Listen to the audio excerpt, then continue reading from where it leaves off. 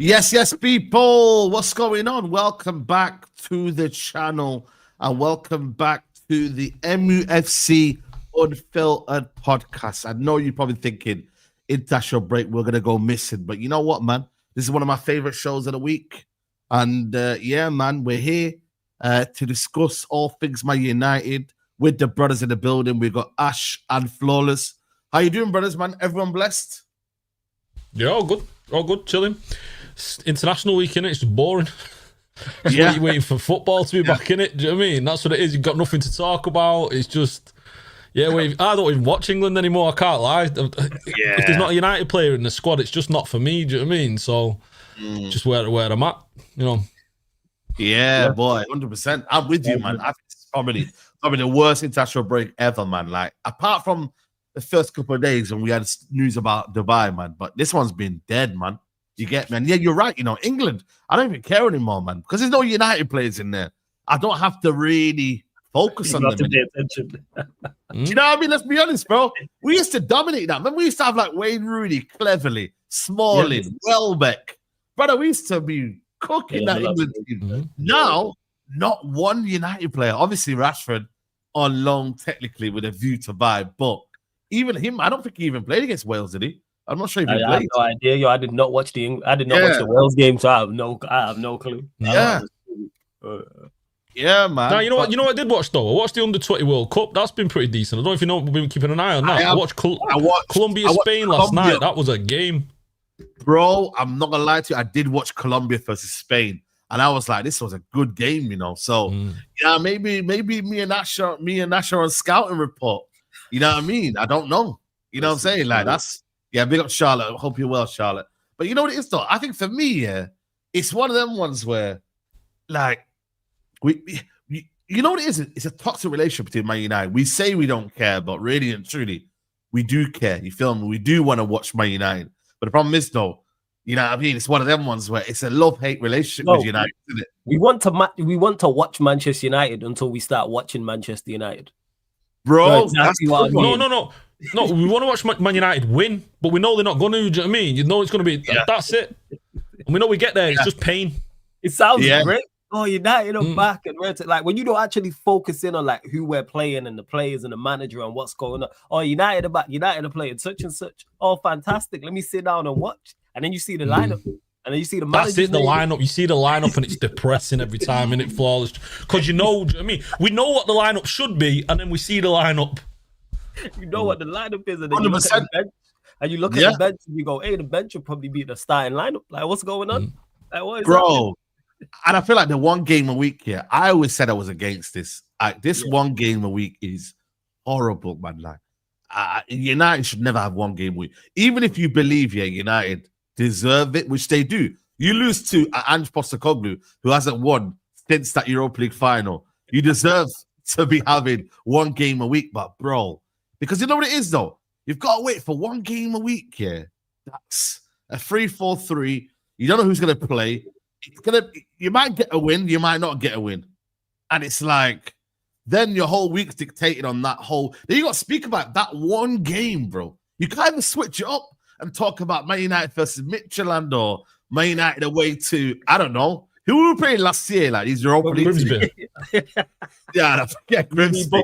You mean Bodo Glint and that? Bodo Glint and that, man. The thing is that with Saeed, we shouldn't be, in all seriousness, we should not be playing one game a week. I've said this. I never want the players or the manager getting accustomed to playing one game a week, because that means you're not in all competitions and fighting in all fronts. However, the reality of it is we'd be here talking about 2 defeats, shout out to my guy Steve, rather than 1. That is the plus. We only have to talk about a weekend defeat rather than a weekend defeat, then a midweek defeat, and then we're here discussing it. Like, but then Amrin, to be fair, like, he was actually doing all right. You know what I mean? Like, even the Ten Hag, where did he go to in the Europa League? He went to semi-finals, did he? Yeah, we got beat by semi-finals. I feel like every Spanish team, wasn't it? It was a Spanish team. Yeah. Where did Ollie went to a semi-final and a final? So really and truly, when we're in the Europa League, we go far. Okay, but you're not really like. All it is heartbreak. You just said 2 semi-finals and a final. Well, Ollie made a final, didn't he? Ollie made a final loss. Yeah, he made a final loss. quarterfinal, I think it was Ten Hag. Who was the Spanish team? Was it Bilbao? Nah, it was Sevilla twice. Sevilla, bro. Sevilla loved that competition, man. Yeah, Sevilla with the. Was it Sevilla who beat us on the No, actually, no. We beat. No, remember, no. When De Gea made the mistake. Yeah, it was the mistakes and Maguire mistake as well. Yeah, it was Sevilla because we won the first game, didn't we? I think we won it 2-1. Was it Sevilla? Okay, I just remember the Spanish team. Fair. Sevilla, Sevilla, bro. You know what? I'll tell you a story about that. We were 2-0 up in that game, and I said to the lad sat in front of me, I said, "Oh mate, this is done this time. It's finished now. Do you know what I mean? Don't worry about it." And he turned around, he's like, "Ash, don't say it, mate. You've jinxed it." And I was like, "Nah, we'll walk this now." Bro, and then Maguire just done a madness. Yeah, bro. Maguire came in. Maguire. I don't know why. Did he come on, by the way, or did he? Was it him or Malaysia came on? Yeah, because remember, Martinez and Varane was injured. Yes. So Maguire had to play. Yeah. If I remember correctly. Sabitzer was cooking, man. Yo, listen, man. You know that little stint Sabitzer had? He was all right. You know what really annoyed me about Sabitzer is the price tag. It said 29 million, 30 million. But the overall player, like Sabitzer, he was all right. He weren't like, he was one of them ones where he did his job. Workman. He was very workman-like. Got through, like, technically okay. Got through his work. Like, I don't remember too many times he played, and I was like, Sabitzer was terrible today. Yeah. Got injured, didn't he? Got injured, and I think that scuppered his move because he got in because we only had him from January, didn't we? So, and then he got injured, and he was like, do we take the risk? I'm a better version of Mason Mount. I can't lie to you. A more technical, refined version of Mason Mount. And I'll be real with you, man, because the way people are glazing up Mason Mount, bro, is madness. Because no, it's true though, man. I'm seeing people do videos of Mason Mount. I'm like, brother, no, is that where international breaking? People are doing videos of Mason Mount. Mason Mount, bro, are you mad, bro? The guy's got 3 goals in 3 years, bro. What are you talking about, man? Nah, real talk, man. The standards are that low, bro. Like, we're glazing Mason Mount, 3 goals in 3 years. Has it been? I know that was bro. It's got one at Brentford. 2 at Brentford and then 1 against Thingy, innit? Yeah, 2 against Brentford and then 1 against the team there, man. You know what I'm saying to you? Like, I don't really have a beef with Mason Mount. He's one of them kind of guys, like, he's an honest guy. He does what he wants. He does the basics right. He's not no flashy player. You get me? Like, the problem with him, though, is just that he doesn't stand out enough because he doesn't really have that much qualities. But in terms of Amorim's system, why I said, that he will play more games than what people realize is because he does the basics right. He tracks back. He works hard. He closes the spaces down. He's a willing runner. You know what I mean? And you might go mad and say, Saeed, stop there. They're not qualities on the ball. But that's not what this manager wants. But that's what the manager wants. The manager loves him. Yeah, the manager loves him. So then people then will say, what will happen then is, you know what, man? He's doing something that I don't see other players doing. And therefore, that makes him better than someone else. I want these players. And I think we're Man United fans as a whole, we're kind of passion merchants. You know what I mean? The fan base, we're kind of passion merchants. We kind of see that more than ability. Because if it was down to ability, Kobe Mainoo would be playing. And because Kobe Mainoo doesn't run around like a headless chicken, Kobe Mainoo's he's lazy. He can't run. He's, I don't know, off the ball, he's weak. Like, you'll see them qualities being put out there or them deficiencies in his game. But then when you say, was he good on the ball in tight spaces, technically, like, bro, this guy can do a lot of things well, bro, that we should all be praising. Not, but you know what, man, off the ball, it looks a bit weak, man. Because we don't praise that here. Because if Mainoo was in the Premier League elsewhere performing well and showcasing his skills, our fan base would be like, we need to go get Mainoo. Our fan base talk about Wharton. The fan base go get Wharton. But if we had Wharton, he'd be like, he doesn't do enough off the ball. He's not mobile enough. Doesn't cover every play in the grass. It's like, is he quality again? It's like, it's a mix. But yeah, the fact that Mount plays, but I knew the manager's waxed lyrical about him many a times. Because he's the type of player the manager likes him. That's why he played Garnacho. That's why you see Agati out there often and that. Like, he likes the runners. You're running. You know the biggest example of us being passion merchants is look at Harry Maguire. Look at our fans have turned again now. Do you know what I mean? Harry Maguire deserves a new contract and all that. It's like, what we're doing. We've seen the guy clearly not have the talent over the last 3 years. We've seen him, be culpable for mistake after mistake because he scores the odd goal here and there. Do you know what I mean? Which he's a defender. He's not supposed to be scoring goals. He's supposed to be keeping goals out. Do you know what I mean? And Yeah, the fans all love him, and the way he gets cheered on, and you've seen it, Saeed, at Old Trafford, the way he gets cheered and clapped on, it's madness. He's not at that level that he needs to be. Yeah, I think that's the problem though, because we've been that bad. Yeah, we look for individuals who care. So for those that maybe not like show that they care, you're then seen as someone who, let's get him gone. You feel me? Like you don't care about the football club. You know, this is what happens, man. We're so gullible as a fan base. We'll see things and be like, oh yeah, you know what? He gets it. He gets the football club. He understands Man United. And I'm like, relax, man. That's so do we. So give us a deal. Yeah. We all fit that criteria right here. Bro, we're all Mac born and bred. We all love the club and we all understand the club. So give us the deal. Agree. Let us go out there. I can go out there and give the ball away. You know what I'm saying? And get bypassed. Like, let's do it. Yeah, decrease our season tickets, man. Now, real talk, man. Put the season tickets lower. Get the season tickets to like, I don't know, $5. Because we show passion. We there when we're not supposed to be there, bro. Show passion. Yeah. Yo, man, I'm telling you, man. You know what I mean? Sometimes Leslie's missing a T in that for United, bro. So you go have to compensate her, man. You know what I'm saying, bro? That real talk, though, man. Yeah, cool. We love the football club, but bro, like everyone can show passion in different ways, man. But have United got the quality? And that's where I wanted to talk about this today, yeah. And it's quite a broad subject, isn't it? You get me? It's how do we fix Manchester United? And I get it, like it's easy to say Glazers out, you know what I mean? We're back. Or manager out, we're back. You know, because we've changed managers, isn't it? We've changed it, we've done whatever. Is it a case of one thing or culmination? Because I believe it's a culmination of everything. And I think fans are included as well. I think players are included as well. I think the ownership are included as well. But like, yeah, well, I want to like get into it, the nitty gritty, like of like, how do we fix Man United? And because it's been what 13 years now. Is it 13 years or 12 years since we've not won the league? 13 years. Yeah, 13 years we've not won the league, right? We don't look like we're going to win the league. All my Barada's telling us by 2028, by the way, which is, I think, is quite laughable. You know what I mean? If I'm being honest with you, it's okay to have that. Good one, Barada, man. But bro, like 2028, it ain't happening, bro. Like, you know, it's just not happening, bro. So he says it's by 2028. What do you think, Ash? Like in terms of like the biggest problem, what's the biggest problem for you?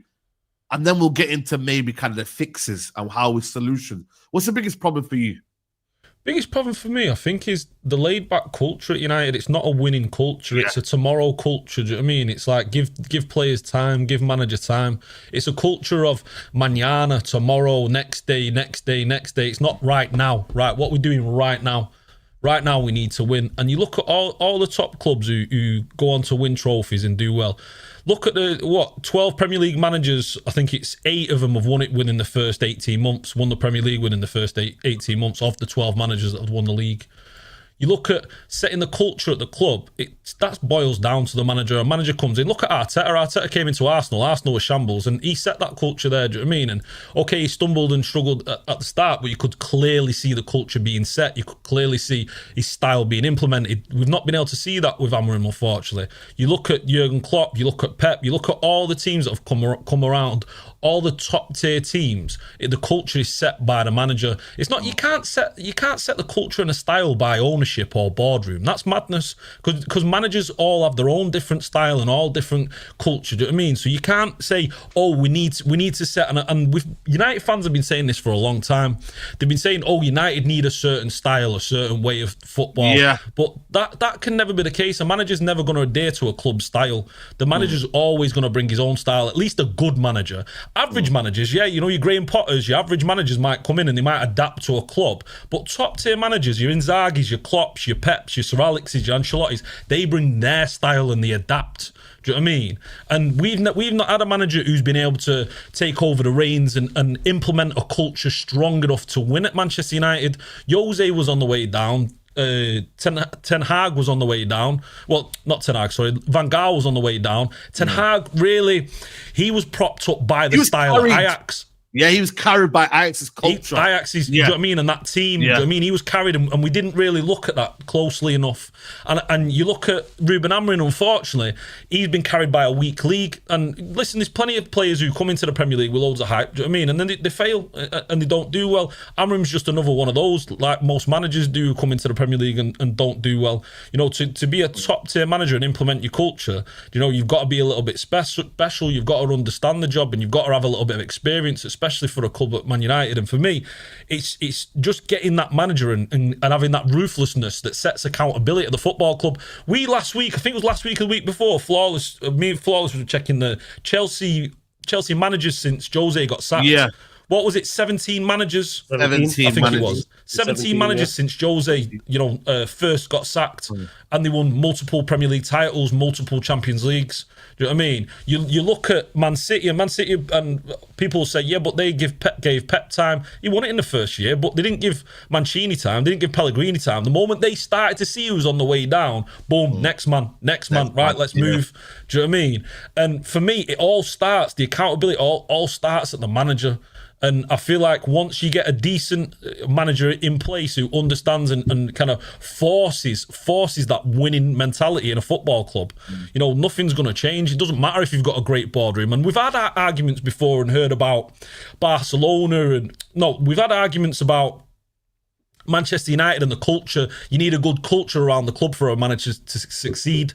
But look at Barcelona and Sandro Rosell and all the issues they've had with selling the naming rights and, you know, going almost bankrupt and all them issues. Managers, Xavi came in and he kind of got things working. Do you know what I mean? He got things ticking. You look at Bayern Munich and all the issues they had with the taxation and all that kind of stuff that was going on, and boardroom members getting, you know, imprisoned. Look at Inter Milan, you know, their issues that they've had. Juventus, you can say it over and over again. You look at PSG and the changing of their sporting directors. You know, nothing's going to be perfect, but if you have a solid manager with a solid principle, solid ideals, he's going to implement that onto his squad. What he'll say to his team and to his players is, listen lads, don't worry about the noise above us. We win on the football field. That's what we do. Do you know what I mean? You train every day. Don't worry about it. We get wins. We'll be on the road. Do you know what I mean? We'll be moving. We move this club forward together. Do you know what I mean? Regardless of what's happening with the noise above us. If we move together, we get wins.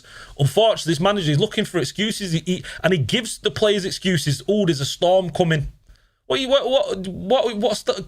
You're allowing the players to have an excuse. You're allowing the players to go, oh well, he said there was a storm coming, so you know I'm performing like this now because you know manager said it was about, you know, it was okay. And for me, the accountability for this football club is all down to a manager. You get a strong world manager who understands and has got his idea and his principles. He will imprint that on a football club. So Alex Ferguson did it at Manchester United. Jurgen Klopp did it at Liverpool. Arsene Wenger, when Arsene Wenger came in, he won the league title in his second season. Do you know what I mean?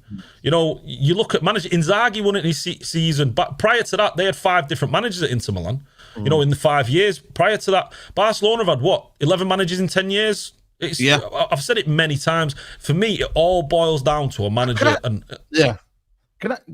think you made some good points there, bro. I wanted to say, like, in terms of like the culture, like, I always think, though, the culture's set by the owners. So you look at the owners, right, and you think to yourself, right, Glazers, what have they really set at Man United? I don't think they set anything. I think you look at it, you think Fergie had a winning culture, and therefore almost like they kind of took the credit, the Glazers, in a sense of like, they were like, oh, we've been part of the success. But really and truly, it was Fergie's genius that really and truly did everything, right? So then you look at it and you think to yourself, right, every year, what have we gone back to say, yo, what is it? We're kind of almost like looking towards Fergie. And I think we are the problem in a sense of like, say now the man is going difficult for the manager. We'll refer back to Fergie. We'll be like, oh, well, Fergie, it took him a while to get going. But that's not what it should be, though. Like, that isn't the culture. Like, it can't be looking back at Fergie. Fergie was an anomaly. Fergie was a genius. Fergie was something that we will never, ever see. Not only at Man United, but maybe club football, where you get one man for 20-odd years, bro. We're talking about Guardiola after 10 years. You know, people saying that, oh, but you know what, man, is it his final year? We're looking at Jurgen Klopp, no disrespect, yeah? But man was saying, I'm tired, and, you know, he was looking to have a break. It's Tyson, man. Yeah. It's relentless, bro. It's relentless. Relentless. And it's something that, like I said to you, Klopp had a legacy, but now Arne Slot came in the next season and won the league. Was it built on Klopp's legacy? You know, you still have to give Arne Slot his credit for doing what he did and then carrying on what Klopp did. But at the same time, I still think it comes down to the football club rather than the manager. I hear what you're saying. The manager still got to implement his system, his idea. But I still think, though, if the club had acted in a way that was ruthless here, the Glazers, Ineos right now, and they said, we don't tolerate this. So you lose in a European final, we don't tolerate this. Even if, like I said to you, we won the FA Cup final under Ten Hag, no, you're sacked because you didn't achieve this. I believe then the fan base would then act upon that. But because we haven't, and we've always considered, you know what I mean? Like, I don't know what it is. Yeah, no, I agree with that. I agree with that, sure. Solution, yeah, you kind of say to you, let me get the medicine out and whatnot, and let me just think that I could just overdose of medicine and whatnot. But really and truly, you need to be proactive, bro. You know what I mean? You maybe need to do things beforehand. To not prevention is better than cure. That's there what you go. My mum said this to me as a kid and still says this to me to this day. Prevention is better than cure. Why wait for something to happen to react to it happening? Like, have it happen, deal with it beforehand, before potential problems, and all clubs are going to go through issues. Ash just listed off there some of the biggest clubs in Europe. People act like it's just us. All clubs go in cycles of having a bad period, whether it's a year, 5 years, 10 years, even longer, etc. Look at AC Milan, for example. Like, the list goes on, but with it, it does come from the ownership. There is no accountability at Manchester United. Nobody is punished for performing poorly, whether that's the manager or whether that's the players. Nobody. So it's like you can join, you can be on big money, manager or players, and perform poorly, not just for a year, 2 years, 3 years, 5 years. How long's Luke Shaw been here, for example? He's like the poster child of that. Nowhere, anywhere else could Luke Shaw be at a club that is it almost 10 years now. It's coming up 10 years that he's been here underperforming, and he's still here. Never mind countless other players. Never mind managers. As much as we sacked Ten Hag, we took too long to sack Ten Hag. The fact that Amorim's still here, etc. You could argue that I think Mourinho was the same. We are just not proactive enough. And that's where it stems from. So in regards to how do we fix Manchester United, it is across the board. But it does start with the ownership. Because our ownership doesn't, in my opinion, Manchester United being successful on the football pitch is not the number one goal for them. It's not the number one goal. And people can talk about the fans, but me personally, I don't look for myself or the fans to set the standard. Could we impact it? Yes. But our fan base is too big and there's no one person we all listen to. Because we all want the same thing in regards to getting the ownership out of Manchester United being successful, but everyone has different ways of doing about it. Yeah. And there's no one person we look at and go, all right, let's pay attention to him. There's no leader for the anti-Glazer movement. There's no leader for make Manchester United great again. And that's where the issue lies. But I don't look to fans to set the standard. I don't. I'm looking for the people who are millionaires to do so. You are paid extremely well. Do your job. I am looking at Ratcliffe. I am looking at Barada. I am looking at Wilcox. You might not pay to take the emotion out of it. Fans, including myself, I think are too emotionally attached. When people say, "Oh, I want fans involved," hell no. I think fans would have us in League Two, to be honest. The emotion. I think fans would some of the stuff. The fact that Ash or yourself, Saeed, or me will get. I've said this before. We'll get criticized more for Manchester United being poor than the ownership, the manager, and the players. I've seen people say on his side, "Oh yeah, this is your fault, Saeed, that we lost today." What? We lost today, yeah. It's my fault, yeah. We're part of the problem. We're part of the problem. Really, truly. By pointing rather than the people who are in charge and paid to do, again, people paid extremely well. These people are millionaires. Whether that's the hierarchy, the manager, or the players. That's who I'm looking to. I'm looking at the ownership. I'm looking at the manager. I'm looking at the players, because as bad as the ownership is, I say this all the time, if you get a good manager and good playing staff, then you can do just deal with what you have, get the best out of what you have. I don't think at most clubs outside the city who's really happy with the ownership. Only up until this point, Liverpool ain't been happy with FSG for years. We've despised the Glazers. Chelsea fans crash on their ownership all the time. Arsenal fans are cranky out up until this summer. Like, who is happy with their ownership, but you can still go and win trophies? It's not an excuse. It's part of the reason you might fall short and you might not dominate. Yes, but the way this manager's managing is nothing to do with the ownership, apart from him still being there, in my opinion. Yeah, big up Lewis. But the thing is, though, the cure to all of that is winning, though, as well. Like, if you win in between, I'm not gonna lie to you. If Chelsea didn't win in between them periods, bro, there would be. That's what it is. I've said this all the time. Winning kills 99.9% of arguments, because that's what we want. If you're winning Premier Leagues and Champions Leagues, nobody don't particularly care about what the ownership is doing and all this off the field stuff. I've seen it also. I've seen a new article saying, "Oh, Manchester United don't have a washing machine in the new facilities." Who cares? That's like, only. If we was winning, no one don't care about these staff cuts and free lunches and all this rubbish. It's like it's about winning. Bear in mind, we was protesting the Glazers when we were winning, but that's how bad they were. That we was winning Premier Leagues back to back, and we was still get these men out. But it's a whole different conversation. Yeah, I'm with you. Like, I think for me, it's one of them ones where, like, with United, because we're such a big club, I don't think we act like one. You know what I'm saying? Too. So I feel like we kind of almost like in this weird kind of reality of like the name is big, guys. Like we went to like Bilbao, we went to like America, I've been to America, South Africa. But I'm like, yo, you know what I mean? Like South Africa was, like there was a lot of United fans there, bro. And they came out in their numbers. So the support is there, bro. You ain't going to get a more loyal fan base than my United fans. I'm sorry, man. I said it before on the podcast.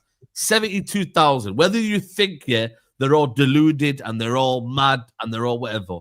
72,000 that come into Old Trafford week in, week out. You're not going to get a more loyal fan base. The brand is there to be successful. You know what I mean? It's self-sufficient. We make our own money, bro. Like the Glazers have never used a penny of their money. They haven't, bro, to invest in Man United. They've used Man United's income, what they've made. You see what I'm trying to say, bro? So for a guy, for ownership coming in, that's why I'm so hopeful. This UAE ownership who comes in, they take over Man United immediately, bro. I swear down. The opportunity is endless, bro. All of this, like, we're getting wowed up by, we got a DOF. We got this. We got that. Do you know what I mean? Like, because we've been starving for so many years, bro. But really and truly, like, United should be having all this stuff. But opportunities are endless when you have a proper ownership to take Man United to the next level. Because we don't have to beg players to come to our club. We don't. Do you know what I mean? We finished 15th, and we got Mbumo, Sesko, and Cunha. Whether you believe, they're the three that should be coming to Man United. For Man United to replace Rashford and then Højlund and Garnacho with Cunha, Sesko, and Mbumo, finishing 15th, bro. Are you mad? Because the draw still, like you mentioned, the pull is still there. That's one thing I never worry about with Manchester United. Eventually, if you continue to be unsuccessful, it will run out. But I don't worry about it too soon because one, we're still Manchester United in name and that holds weight status-wise, and two, we pay big money.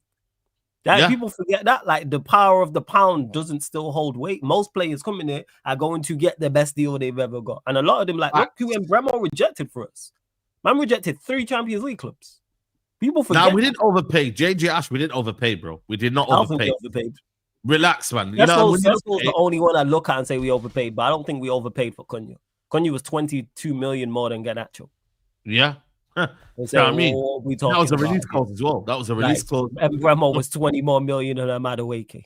Yeah. How much was Gittins? Like, what are we doing here? What are we doing here? Exactly.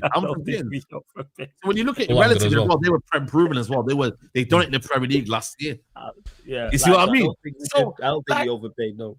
I don't know, deep in, like, you know what I mean? Like, as much as we have so much problems to fix here, we also have a lot of solutions that can be done, like, quickly. But I think we're delaying.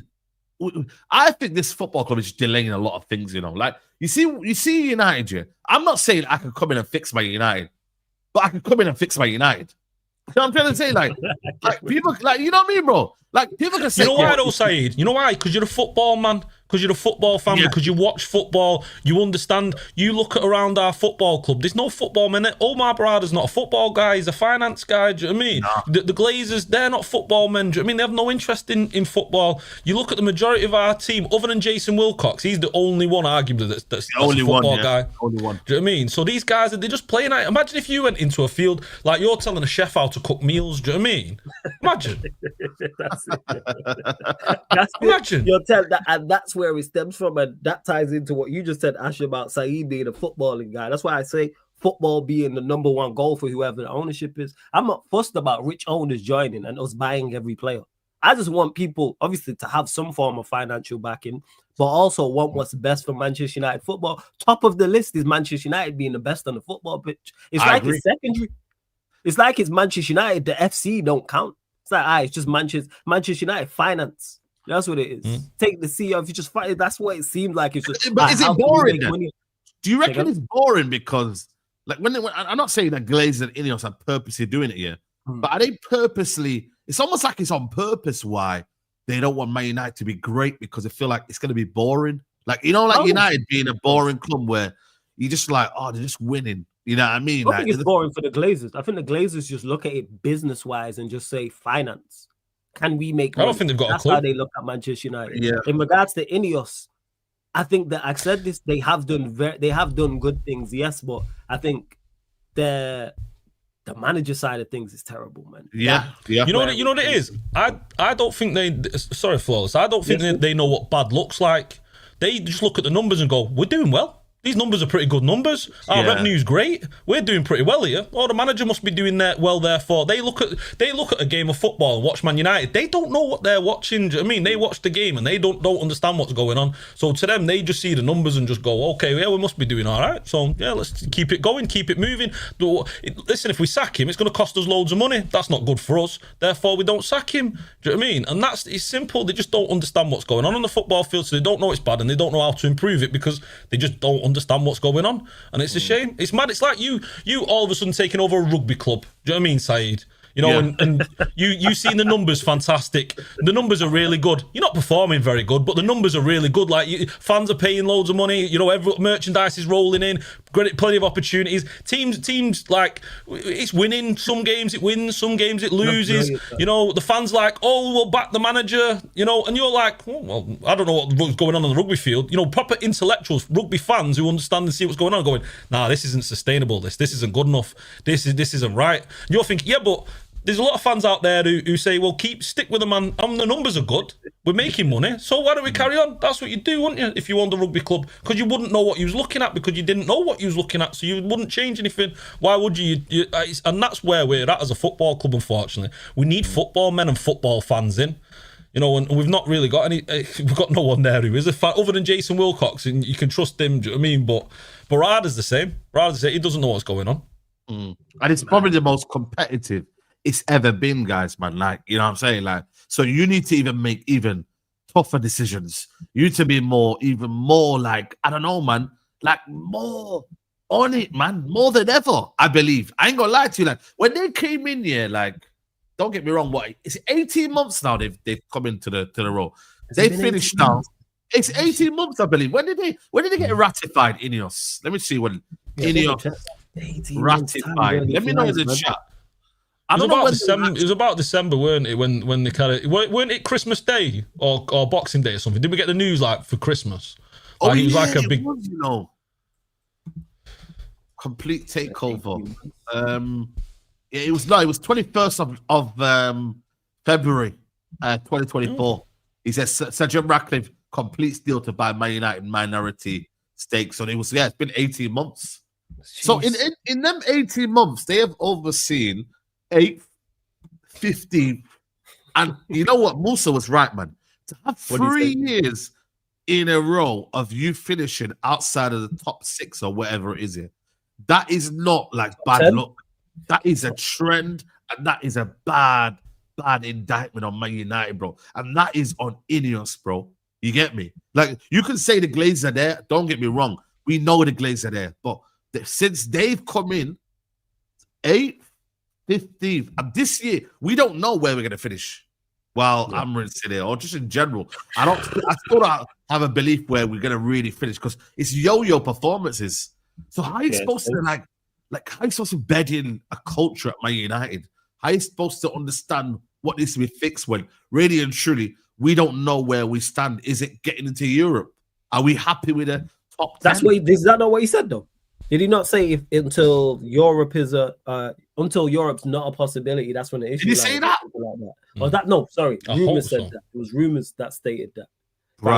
This was a few weeks back. I'm sure the chat is going crazy right now. I'm sure the chat will pull up the brother, that's crazy, man. They was talking about Manchester United in Europe. So how have we accepted this, bro? How on earth? Because they've accepted it. That's why. We shouldn't accept it though. We shouldn't accept it though because we got. I hear you. Hence why we do everything in our power to. We are here not every week, every day that ends in Y. Us three are doing content talking about how bad Manchester United are.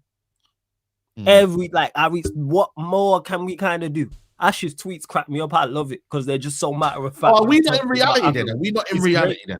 What about if we're not in reality? Yeah, trust me. What if we're too entitled? What if we're too entitled? Because that's what I keep hearing now. Yeah, because you know why? Excuses, rather, this is what people do. Because there's no substance to back how Ineos have done with the manager and how Amarim's performing, people will point to everything else. So you'll talk about how bad the manager is, and then people will talk about your thoughts on it, well, your feelings on it. Oh, you're entitled. Why? Because I want my club to win 2 Premier League games in a month.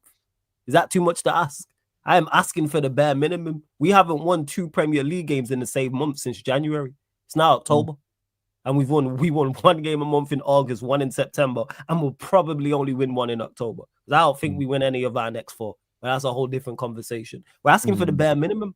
No one's talking about Premier League titles or Champions League, winning Champions League. We're talking about, again, basics. Please.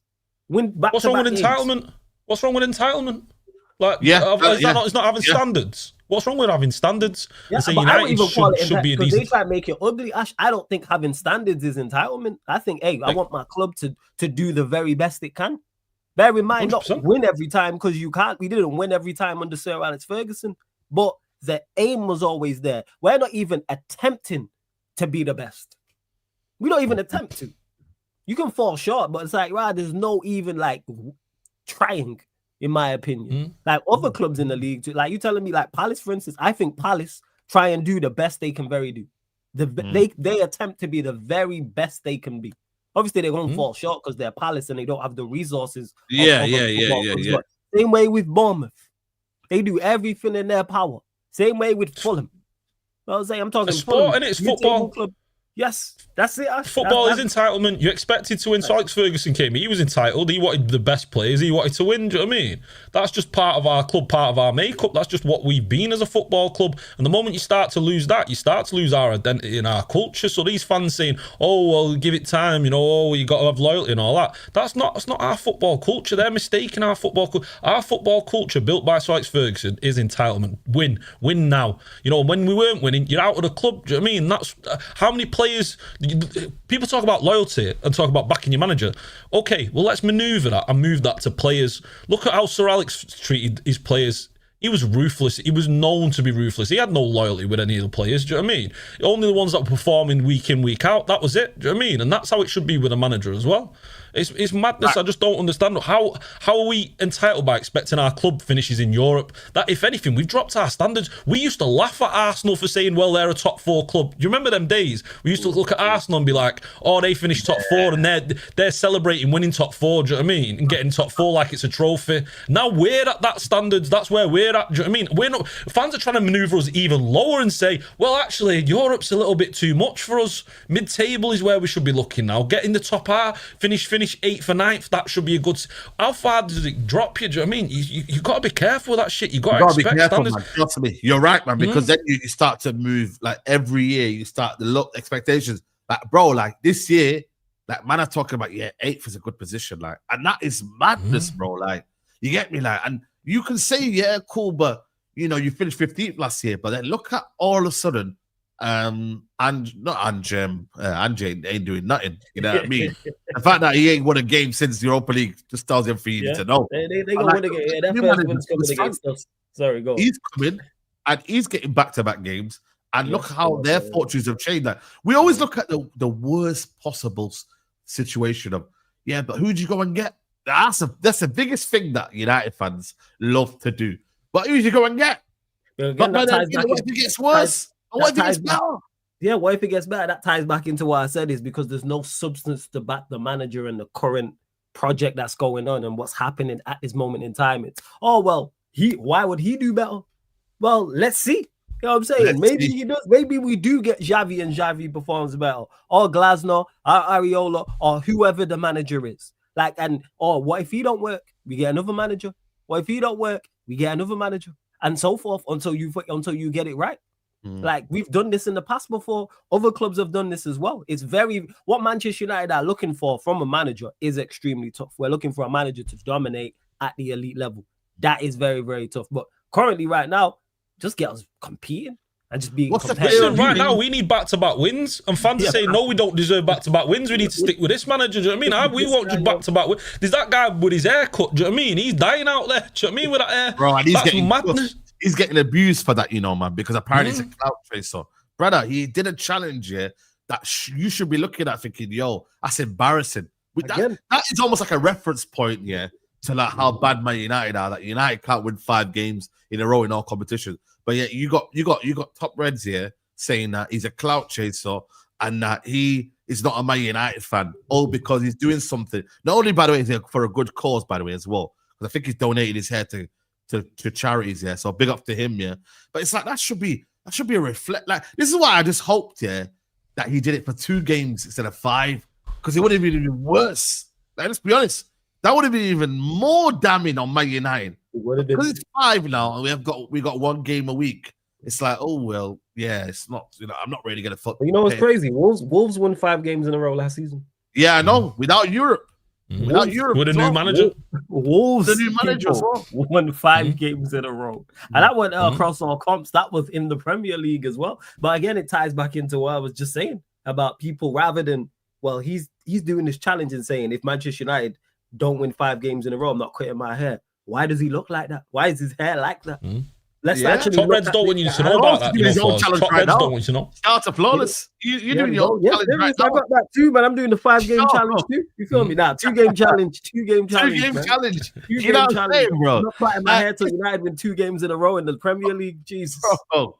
I'm saying, looking like I'm a part of the Jackson 5. What are we doing out here, man? Yeah, it's ridiculous. But that's sometimes as well. That's also something that we didn't need as well in the Europa League, in that it would have maybe kind of shown us a different side. But you know, I was gonna ask you, yeah, like, I don't know what the fear of change is. Yeah, I don't know if people know like what kind of phobia. But do Man United fans suffer from like the fear of change? Because it's like, because we've had Alex Ferguson for this long, yeah, it's like we for some reason.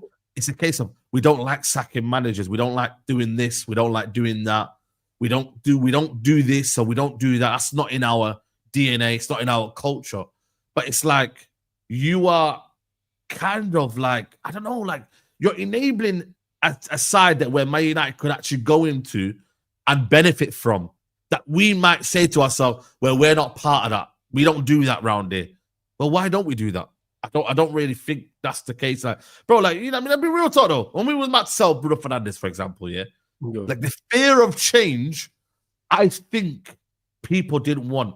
Even if you look at it from stats point of view, United, where we're gonna get the stats.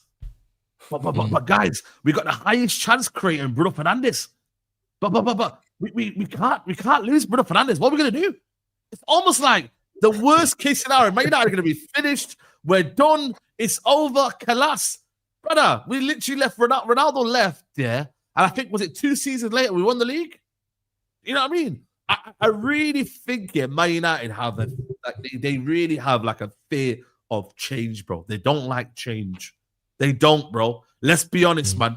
We don't like to change things, bro. You know what I'm saying? And I feel like it comes down to us as fan base accepting that, say, you know what, we are one of everyone else. We are the same now. We're not unique anymore, because that unique thing that we had in Alex Ferguson is gone now. We have to be open-minded. We have to be open to this, to that. You see what I'm trying to say to you, bro? We have to. Okay. Even when you look at it from the Old Trafford, but we can't leave Old Trafford, man. That's heritage. But you have to move on. You can't complain and say it's a shithole and it's the roof's leaking and it's terrible. But then when it's been open to the idea of a new stadium, you're like, oh, man, but we don't want to do that. We don't like this.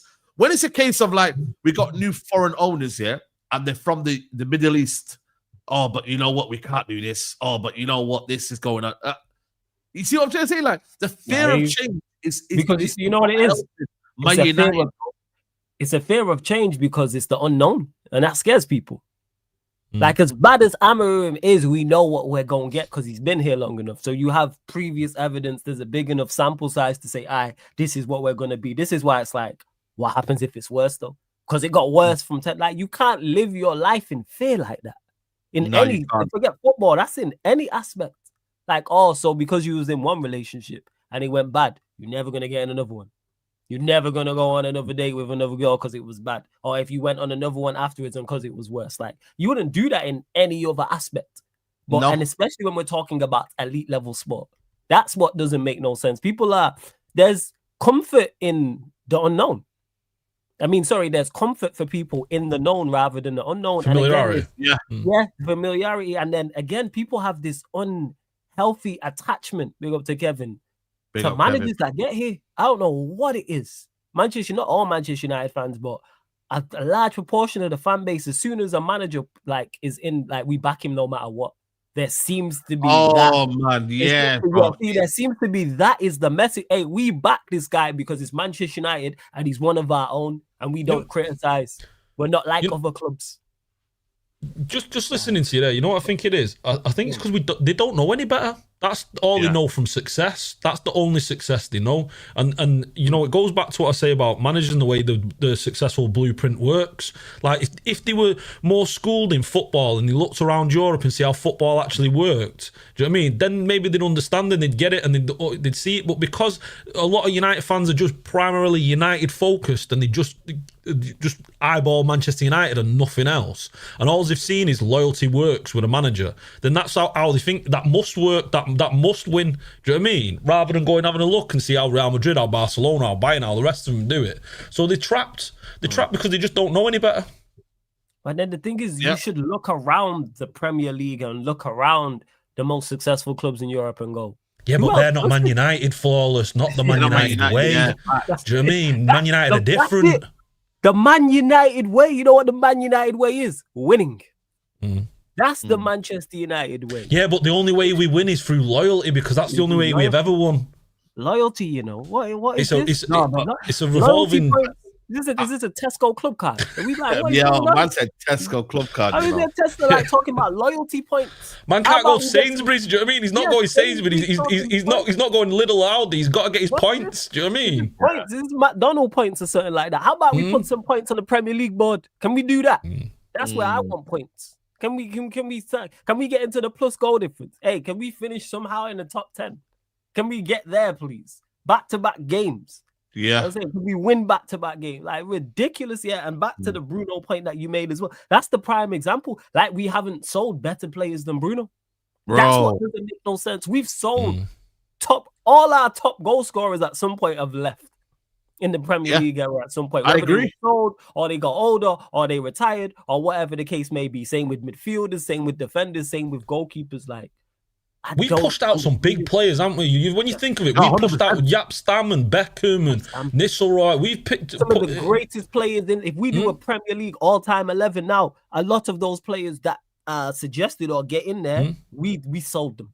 Like, and we talking about Bruno, and this ain't just him. I'm just talking overall. Like, it's not worked with him, people. Like, sometimes you just have to go look at it and go, all right, this is not working out. Because he has overseen, not him, but he has been captain for our worst period, people. Worst ever Premier League finishes. Worst defeats. And he's been here 5-6 years. He's been here 5-6 years, not solely on him. But Double A mentioned this to me yesterday. Only here at Manchester United could you have the season we had last season, finish 15th, and there's not an absolute massive clear out. Imagine Real Madrid finish 15th. Imagine what would happen. That's what I'm thinking about. It would never get to 15th, though. That's the problem, though. So it would never happen. It wouldn't happen, but I'm saying hypothetically, let's say the manager was doing terrible, then they changed, and it continued to do terrible, and they changed, and they ended up 15th in the league. They sacked the manager 10 times. So let's say they just went through more. But the fans wouldn't allow it as well, you know, Falls. The fans wouldn't allow it. Fans would not allow it. And imagine what would happen to that squad. Yeah. Imagine the conversations that would happen. And we you know what? Oh, you didn't win back-to-back Premier League games. Basics, people. Back-to-back. Ain't Sunderland only been Sunderland only been in the league since August, and they've got like 2 less points than us, and they've been there 2 months. Yeah. 100%. I think ultimately, like our league positions have been whatever, like every year. You know what I'm saying? To like we've been fluctuating between what Ten Hag got 3rd, wasn't it? And then it was 8th, and then it was 15th, and then this year we don't know. I think Ollie, to be fair, you know what I mean? People are doing revisions about Ollie, but I think Ollie was what 2nd, 3rd, and then he finished 6th before he got sacked.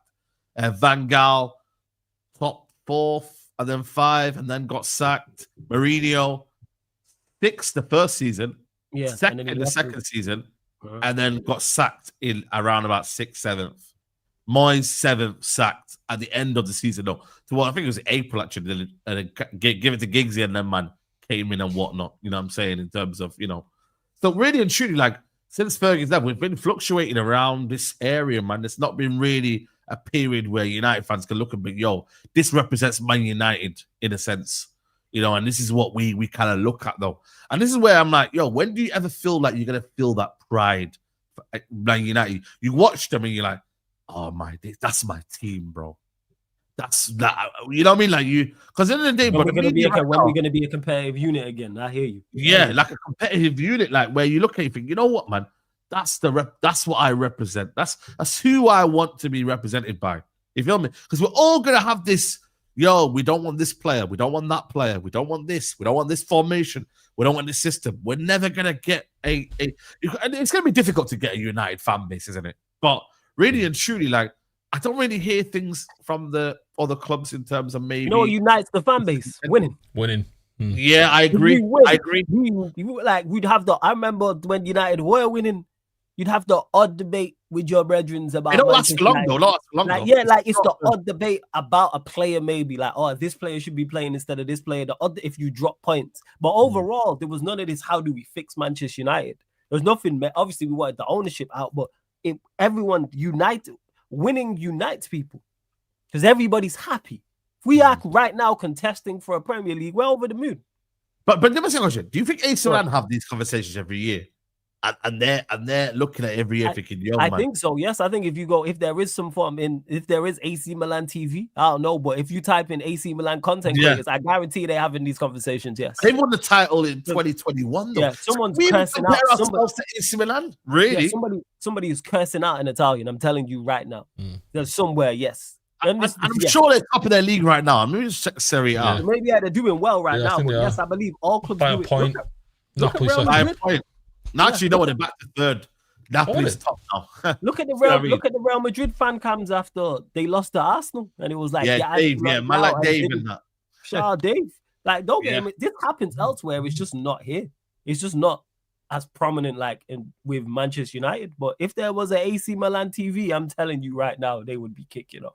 Not right now because they're top of the league, but I'm saying in general, big up Steve. So you all know. Yeah. You can see that with Juve as well. Like how many managers Juve sacked, they're desperately trying to win at the moment. Do you know what I mean? Thiago Motta there, they thought was the man, you know, had more hype than Amorim behind him. The moment he started performing poorly, bam, out. Let's move on. But the thing is though, like you know, just to kind of give you that other feeling of like Arteta, because obviously that's what the manager said that, you know, I mean, Jim Rackett said about Arteta, focusing on Arteta, for example. Let's look at it from a kind of point of view of, let's say if we actually gave this manager the full season, yeah? Do you think we benefit from it? Do you think there's a case of like, you know what I'm saying? Like, do we as a fan base just accept that he's going to be here for the season?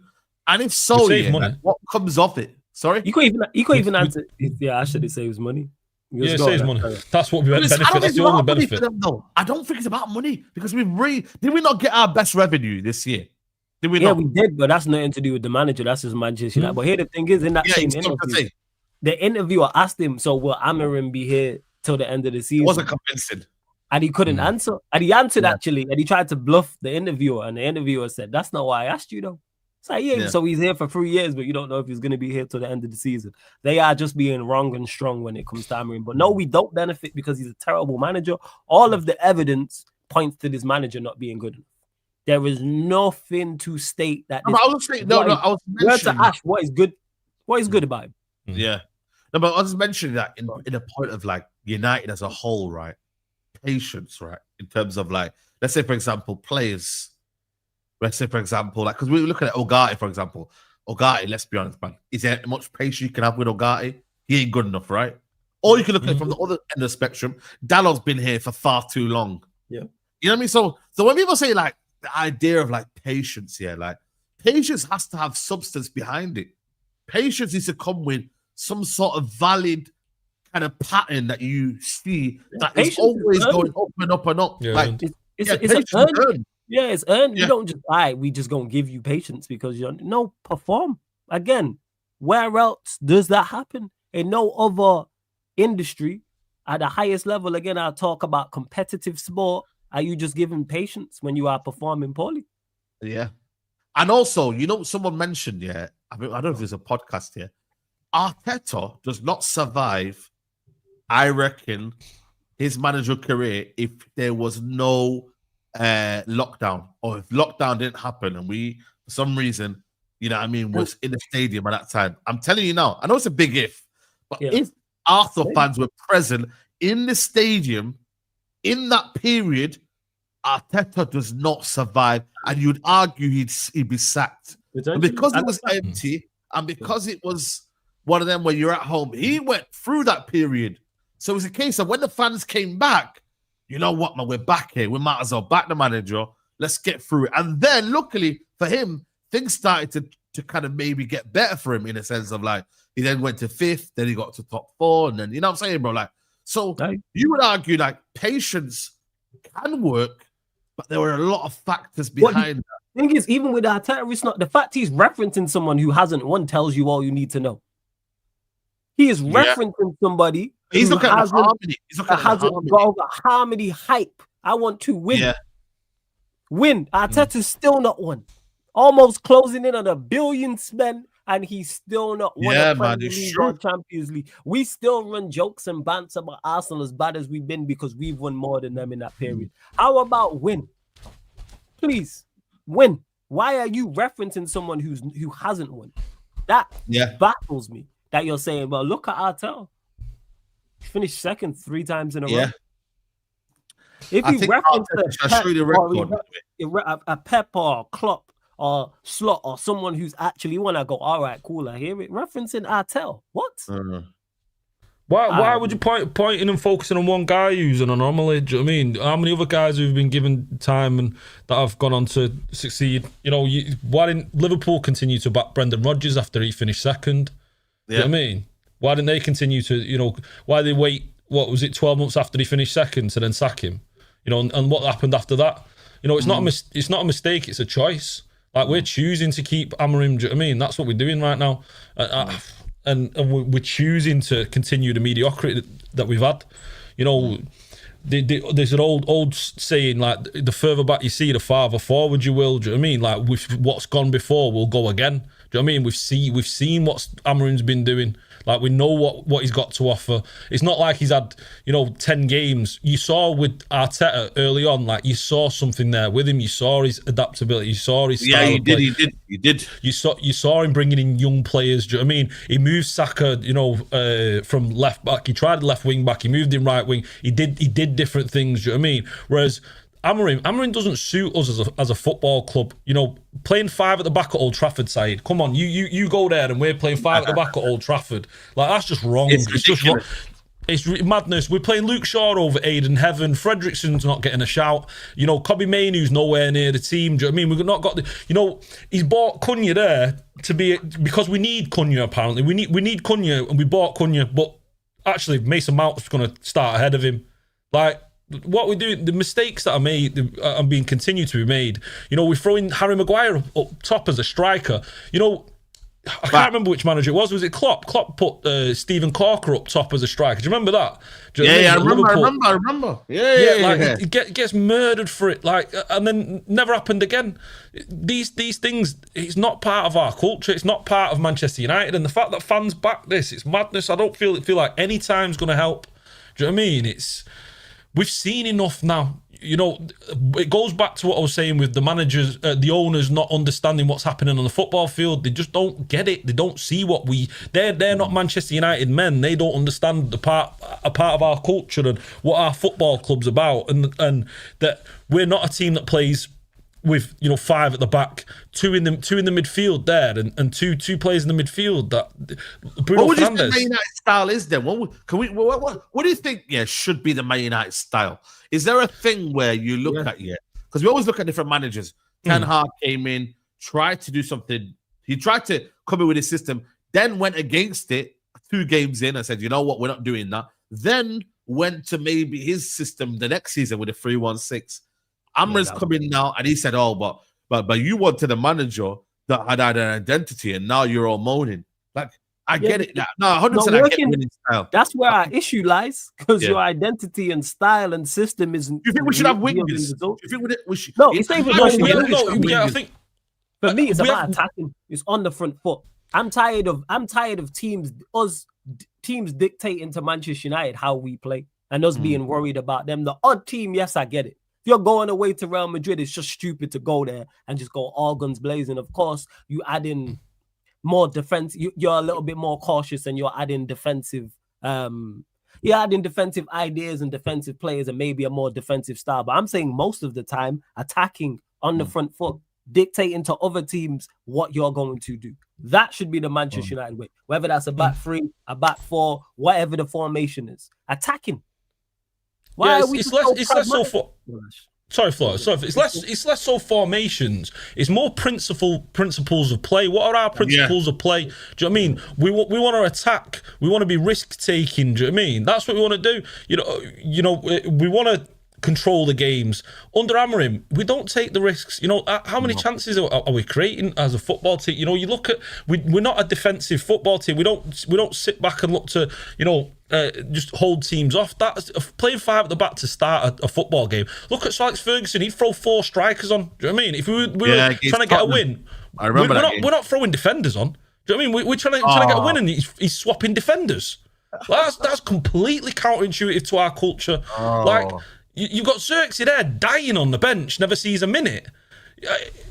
It's frustrating. It's principles of players as a football team, and it's simple. Like I said, attacking culture, control, risk taking, cavalier football. Do you know what I mean? Front forward, going forward. You know what's devastating? The way having to look, you know, down the East Lancs, seeing Liverpool having played that way for the last, you know, 5 years under Klopp, whatever. Do you know what I mean? It's that kind of football. It's, you know, it's not Pep Guardiola controlled, you know, tiki-taka, bit, you know, control possession, you know, bore people to sleep. Do you know what I mean? And I hate to say it, but it's that heavy metal football. That's what we've always been known for at Man United. 2 strikers, wingers, go forward. Do you know what I mean? That's it. Flying fullbacks as well. I missed flying fullbacks. Do you know what I mean? I miss Patrice Everett. I'm playing right wing back. Like at first I was like, you know what? I'm not too like bothered about it. But then the more I deep it, man, the fact that Amad Diallo is playing right wing back is a travesty, man. It really is, man. It's a very, very, like, I don't know, man. It just doesn't sit right with me anymore. Right, I look at the way we do it. Like, so what Ash said there, principles. If he was playing wing back and we was attacking, more often than not, he's playing as a winger. That game. But I know. But do you not feel like it's mad though to think though, like a football club is like it's got Amad playing in that position though. Because of the way we play it. Because if you look at the Sunderland game, for example, how much defending was he doing? Very little. If you're a right wing back and it's offensive, you're playing as a winger. Your starting position is deeper on the football pitch, but you are playing as a winger. It's not ideal, no. But if he's operating week in, week out, and we're attacking, and he's down that right-hand side, and he's linking up with Embremo, I'm not having too many complaints, and I don't think the fan base would have too many complaints. Ash hit the nail on the head with the word principle. Attacking. No matter the formation, no matter the style in which you attack, it should be offense first. How do attack? And again, we should be on the front foot. Yeah, on the front foot. If you're going away to Liverpool, of course it changes. You don't go there gung ho, stupid. Yeah, you can be pragmatic if you want to. Arsenal, same way if you're going away to Chelsea, if you're going away to City, you adapt and realize, all right, these are a very, very good side, so we're not going to go there and go gung ho. But even then, you should still counter-attack. How many counter-attacking goals we scored against Arsenal? under Fergie. Bro, There's Bro, under Ollie, we were doing Ollie, it. there's so Ollie, many we of were us, like, in particular, our successful period scoring counter-attacking goals against Arsenal in big games. So there's a way to approach it. But I'm saying 95% of the games we play, it should be on the front foot. We're going to dictate. We're not worried about you. You're worried about us. Because we have all of these offensive players going forward and we're going to do it. And that should translate to any manager we bring in. So whoever the manager is, his thought process should be, all right, attacking on the front foot. But yeah, we don't even counter attack anymore, which is mad. You know, when we've got an opportunity to counter attack, we recycle possession and try and get a shape again. Do you know what I mean? And that's madness. You see players cut back and pass backwards, and you're there thinking, just go forward. This spacing behind. And don't get me wrong, I was never Ollie's biggest fan, but you could see like how many goals, like nice counter attacking, quick goals we score. That's something that we lack today. And I think also we're not known as a team that scores enough goals. When you look at Man United over the past couple of years, since Ollie, that's a mad one. 10 years. Yeah, like goal scorers and just in general, like goals have not been a thing that Man United have had. You feel me? But apparently we've got the best chance creator in the league. You know what I'm saying? So I don't know where the chances are coming from, but yeah, goal scoring wise, it's been a bigger issue, man, at United, bro. Like, not to be scoring goals is absolutely mad. To think of the issue we've had with strikers and wingers and whatnot. And I think partly that comes down to the fact that we are now playing a different system. And to be honest with you, like, we never really had kind of like you look at it now, Rashford, he had a good season. But you would argue Rashford was kind of almost like left forward. You know, you're looking at Garnacho, Anthony, Sancho, again, just never worked at Man United, whether we like you or not. You know what I mean? And it's like, you're looking at our best winger. Because it's been pragmatic. You look at it, Moyes, defensive, pragmatic. Van Gaal, possession, but very rigid. Mourinho, demo. Ollie, counter-attacking. Ten Hag, 2 games got packed up, defensive counter-attacking. Amorim, just a complete shower of shite, let's just be honest. So we haven't actually had an attacking manager since Sir Alex Ferguson. This is why we struggle. I think only in the last 10 years, I think we've cracked 70 league goals once, maybe twice, 70. Bear in mind, if you go check right now, like, there's probably teams who don't have our attacking prowess who have outscored us in the past 10 years. You have more than that. But again, it's a mindset. That should always be the principle for me, is attacking football. How do we score 3s, 4s, and 5s? How do we? Yeah. Yeah, I agree. I think that's what it comes down to. I think ultimately, like, we buy good players as well, and then it's like, oh, but you know what, man, it's not worked out, or this has not happened, or right? And I'm like, come on, man, like, what we doing here? What we doing here, man? We've had talented players at this football club, you know, and I know the talented players we do get, we somehow can't fit them in because of maybe a system or personnel issues or whatnot, and then we say, oh, but they've gone elsewhere and done well. And I'm like, well, we don't really do our due diligence. You feel me? We bought Sancho for 72 million, one of the best wingers in Europe. Comes to Man United. See you later. You feel me? We bought some good players, you know, that really and truly should not have been flops. Should not have been. Yeah, and let's be honest. No, I get fully what you're saying with that. And we haven't helped them, no. But again, that ties into the mindset. If you bring attacking players into an attacking team, it's going to help them, but you're bringing attacking players into a very much safety-first defensive mindset. Well, defensive mindset from the team. So you're not going to get the most out of them. They're not getting the ball in the attacking areas as much as they should. And then when they do, there's not players around them. It's volume. Like, you gotta have ties back into dominating possession. That's where it is. The reason why Bruno gets the goals and assists he gets is because every time he get the ball, he'll try something more often than not in the final. Do you think when Bruno leaves here, we'll get clarity in this fan base in terms of understanding of the game? Because I feel like Bruno Fernandes leaving Manchester United will be a big thing. I genuinely mean that. I know it sounds mad here, but I do believe Bruno Fernandes leaving will almost open up people's eyes as to playing as a team rather than towards one player. Because I feel like it's Bruno savior, Bruno everything. And I don't believe, like, listen, as much as I've been critical of Bruno Fernandes here, there have been things that have been good from Bruno in terms of like getting like we're not gonna dispute that in terms of being a goal scorer midfielder, score 100 goals for Man United. I get it. He takes all the corners, he takes all the free kicks, he takes all the penalties. So they are going to be inflated, yeah.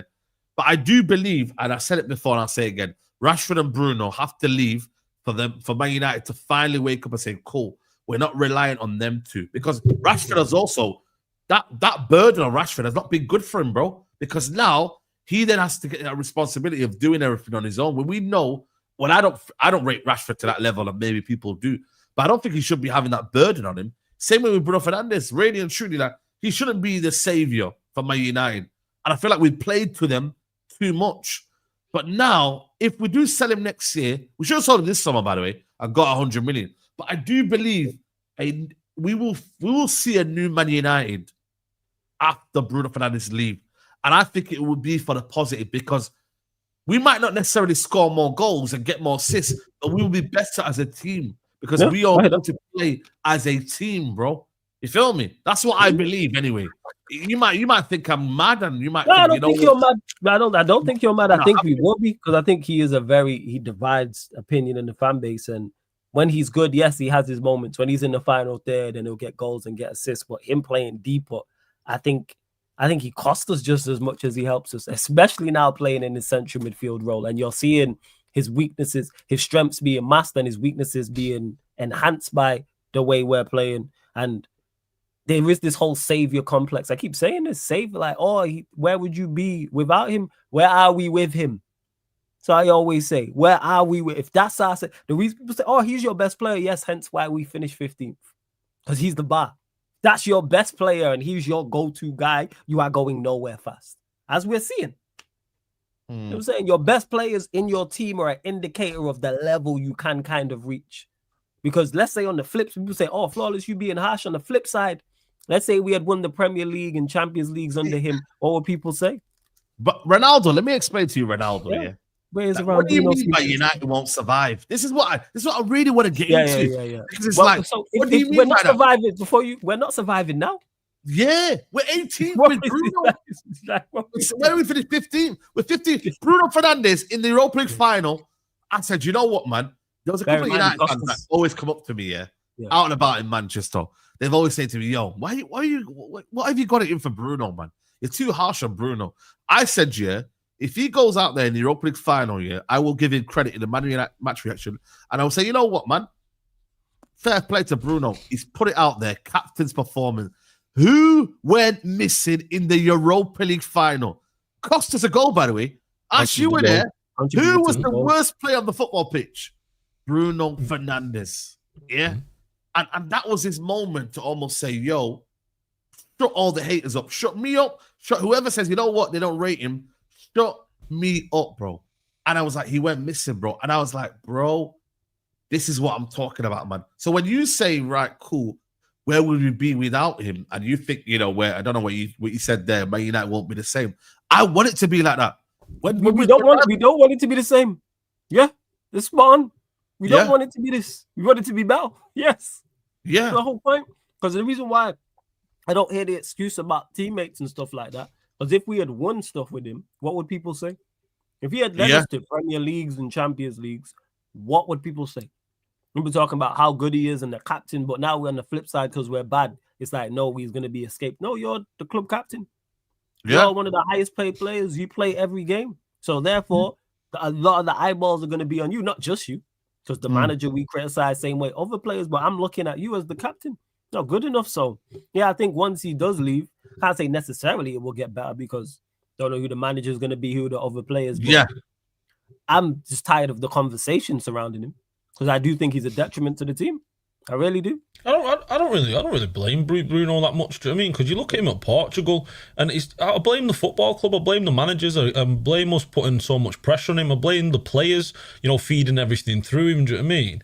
Like if he had decent players around him who took more responsibility off him, and denied him the opportunity to misplaced passes and make stupid mistakes, then he wouldn't be as noticeable. He'd just be an okay player who pops up every now and again. Do you know what I mean? But because we put so much focus on him, and he's supposed to be the saviour, and he's supposed to get us assists, he's supposed to be, you know, the man that he's a game changer. Like, that's where the problem is, do you know what I mean? Whereas, like I said, for Portugal, you'll watch him, and he's a bit part player, you know, and he'll pop up every now and again. Do you know what I mean? He's not terrible, he's not great, he is what it is. But giving him the captaincy was a big mistake. Like, making him captain, that was madness. And I just feel you look around him, and everything is forced through him. He calls for the ball, he wants the ball, and when he gets the ball, he never feeds the striker. I mean, that's that of him never passing to Sesko against Brentford. I mean, how do you have a midfielder, you know, who doesn't pass to your forward, you know, your goal scorer? That's madness, that. Like, I get it. He's had, what? I think it's something like 5 or 6 assists in the last 2 years to a striker. That's wild when you compare, you know.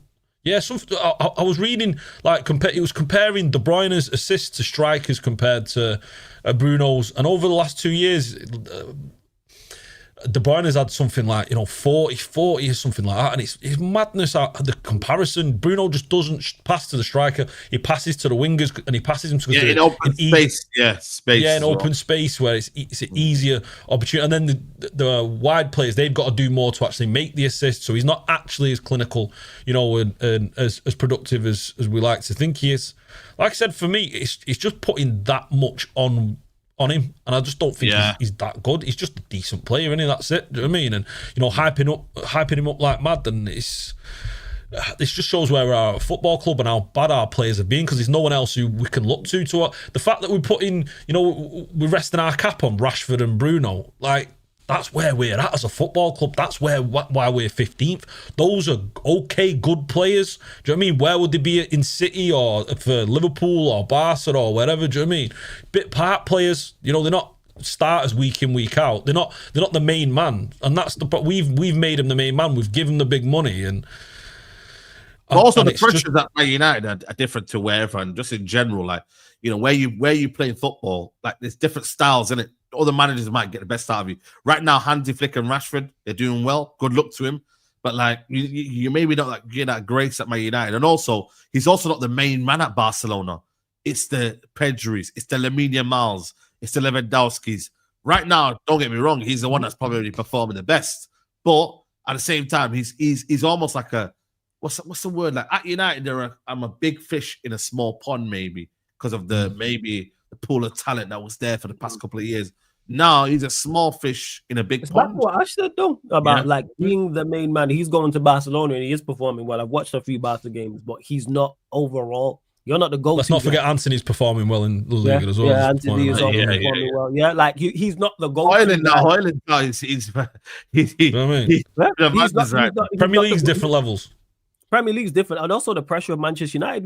I seen the Anthony quotes when he talked about not eating and locking himself in his room when he was under pressure. Yeah, I've seen that. Was dark. Yeah, that goes to show the pressure you're at. So with Rashford, he's not the go-to guy at Barcelona. You help, you contribute, yeah, but you have Yamal, Rafinha, Lewandowski, De Jong, Pedri. You've got multiple other talented players. You think if Barcelona don't do what they're supposed to this season, Barcelona fans are the first or second or third on their list is going to be criticism of Rashford? No. They're going, Yamal, what did you do? Lewandowski, what did you do? Same with Rafinha, same with Pedri, same with De Jong. Whereas at Manchester United, when we don't perform well, Rashford's not hey, Rashford, what did you do? Because he's one of our better players, and he shouldn't be in that scenario. We need better. Because he's performing well now, but everybody fit and firing at Barcelona. Rashford's on the bench. It's not better than Yamal or Rafinha.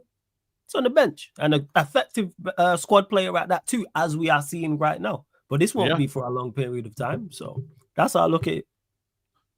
Yeah, 100%. That's the way I kind of look at it as well. Like, for me, I think ultimately, like, for example, we got Cunha and Mbeumo. I think the recruitment, like, in large, like, this season has been good. You know what I'm saying to you? But then it's kind of last season as well, Saeed. Letting your old the licks. Do you know what I mean? Yeah. You know? Like, we're not done badly in that. Like, people bash us and say, "Oh, we've overspent," or it's not been too bad. But then you kind of look at it, you put it all together, and it's, I mean, it's rubbish because we made mistakes in not letting people go. where they need to be. Maguire should not be here. The fact that we're giving Maguire, we just talked about how can we fix Man United here. The fact that Maguire is getting a new contract here tells you everything you need to know. That almost like negates and takes away everything what we've been talking about as to how we fix Man United. Not giving contracts out. What are you doing? Why are we doing that? Like, people might say, but it's only a year. It doesn't harm. It's like saying to an alcoholic, yo, but you know what? It's only one more drink. Oh, you know what? Go on. You know what I mean? Have one more. Oh, you know what? Go on then. You know what I mean? Get some more bets in. You know what I mean? But it's one more bet. It's like saying to a gambling addict, it's like saying, one more bet. One more bet. You know what I mean? Brother, they will say one more after that. You can't do that, man. You cannot allow Manchester United to keep allowing mediocrity to just set and set and set. It's like with our roof, bro. We don't sort it out. And then bang, it's just coming down and it's, you know what I mean? Old Trafford soaked. You feel me, bro? We neglect it, bro. Same with Luke Shaw. Should have got rid of him time ago. Bruno Fernandes should have took that money. We don't make these kind of critical. I feel like with Man United, we don't make critical decisions at critical moments. That has been a problem for Manchester United. We may do it at the end, but brother, we've made too much damage. We've done too much damage. Problem is, when you see something and you know it's wrong, it's like everyday life. You have to tackle it right there and then, bro. You allow it to kind of drag on. Come on, bro. Like, it will cost you later on. So for me, it's like, I look at Man United neglecting not only decisions, it will bite you in the ass. And also just doing things when they need to be done. Like, do it. Don't be worried about the fans' backlash. Don't be worried about what's he going to say, what's that person going to say. If you do it, brother, how fast do we forget about something? Like, in just general, like, when you look at, like, for example, things in life, like, brother, you forget even things in life, Saeed. Football in particular. Fans forgot about that shit show of a season we had last season. Quick. Look at the summer. Quick. Forgot about what Amirim did. Like, what are we like? Forgot about we don't finish 50. Oh, I don't. Why are you still talking about last season? It was last season. People have said that to me. Oh, it don't matter. I'm telling you, man. Like, yes, fans forget quickly, and you said it there. Critical decisions at critical moments, and we get decisions wrong, and it's not just wrong; it's awfully wrong. Like, it's diabolical. Like, not just from the managerial standpoint, but even the things the manager gets wrong is diabolical. And then decision making ties into on the pitch. How many times do we concede goals? And I pointed it out and went, how 4 players made a mistake for a goal? The amount of goals we concede that are not great team goals from the opposition. They're great team goals. I'm annoyed, yes, but I'm more understanding of it because it's quality from the up. We give up easy goals. Facts. For example, just a long ball up the pitch. There was 2 long balls. It was literally 2 lumps down the pitch that cost us the first 2 in those 2 games. Unacceptable. Decision making from top to bottom is atrocious. Go on, Ash. Yeah, and Amorim, he was 2 long balls yet, and he knew that's the way Brentford were going to play, and we played our slowest back line. We played our slowest back line against them. Do you know what I mean? Like, people told us 1 game a week was going to help with preparation. Remember that? Oh man, swear down. Just 1 game a week go out with preparation. This is what I was told. 1 game a week we can train more. Keith Andrews took 1 week to figure out Amorim. Do you know what I mean? Keith Andrews, set piece coach. Like, you know, we've got superstar Ruben Amorim who's supposed to, you know, change Manchester United, and Keith Andrews is undoing him with 2 balls over the top. It's madness. For me, it's delaying improvement. When you don't make decisions, you delay improvement. That's all you're doing. Do you know what I mean? If you make a decision, you can make a mistake. That's okay. Make the mistake again. Make it again and again until you get it right.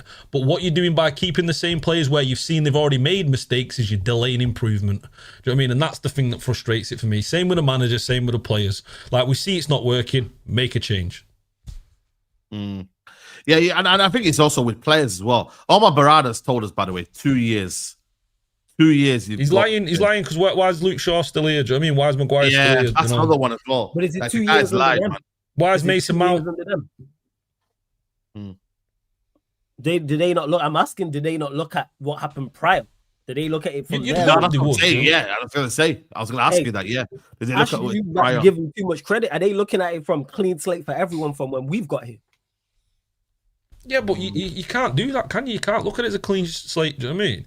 You know, if you know a guy's, talking about it, remember we were talking about it. Don't listen, give him credit. Like, listen, okay, like, so we don't look at people's CVs anymore. Do you know what I mean? We just employ people. Don't matter if he's just come out. Do you know what I mean? We're employing him anyway. Do you know what I mean? That was last week. We're giving him a clean slate. Do you know what I mean? We don't care how many times he's robbed the shop. Do you know what I mean? We're putting him on as a teller. Like, what are we doing? Like, no, you've got to look at the past. You know, anyone with any kind of decent, business acumen would understand that. Okay, let's look at what's happened previously. This has happened, right? Let's see the next year or at least 18 months, and then we adjust and we move. And they've not adjusted, they've not moved, and it's honestly bizarre. It's weird the state we're in, because we seem to be the only football club, the only elite football club that allows mediocrity.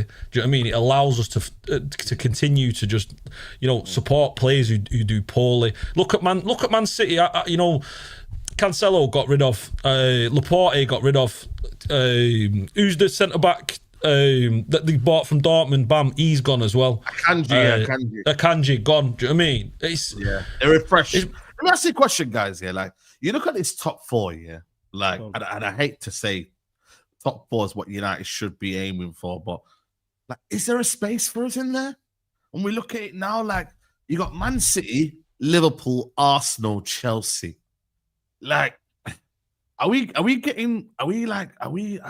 falling behind now in that race for top four in terms of being in that top four now? Like, don't get me wrong, there's always that fifth. This is why I don't like this fifth spot being Champions League football, because it's definitely Champions. It's your false sense of reality of like, but you get fifth and you deserve Champions League football. I don't really like that, if I'm being honest. But it is gonna. That's the future that they'll say. You got to get over. I don't like that. I don't like that. How it is. It's not top four anymore. It's top five. That's what it is. We're gonna get that. It's gonna be that way for the next 5-10 years. We're not gonna miss out on that fifth spot. I don't think it's right. But that's how it's gonna be. Do you know what I mean? That's it's not about being right or wrong. That's just the lay of the land now. That is how football's going to be. Do you know what I mean? Top five will get you Champions League. Teams will get us enough points to have that 50. Okay. And not just like UEFA wants 5 teams in the Premier League because it's money. But that's also dictated by how teams do well in the Europa League and the Champions League as well. Which this that's season, what I was going to say. If it is top 5, but in regards to it, are we behind the top 4 this season? Yes, we are behind the top 4 this season. But in general, though, like for them to drop out the top 4, I can only see Chelsea maybe having a bad season, really bad. I don't know why it's Chelsea, but maybe because they've been flirting around 6th, 12th, and etc. They got holes in their side, but this season no. But can we get into the top 4? Like, yes, 100%. Not this season, no. But do I think we can get into the top 4 the following season with another good summer and a proper manager? Yes, I do believe so. Because I look at our team, I don't think our team is as bad as most people tend to believe. People are saying, if you just look at our 11 and you put it out there, I think it, again, key word here, competes with everybody. Not necessarily better, but I look at our back 4. I have Lamens in goal with Maz Dog, who was fullbacks, to Lit Euro as centre backs. To me, that's a good back. Decent back 4.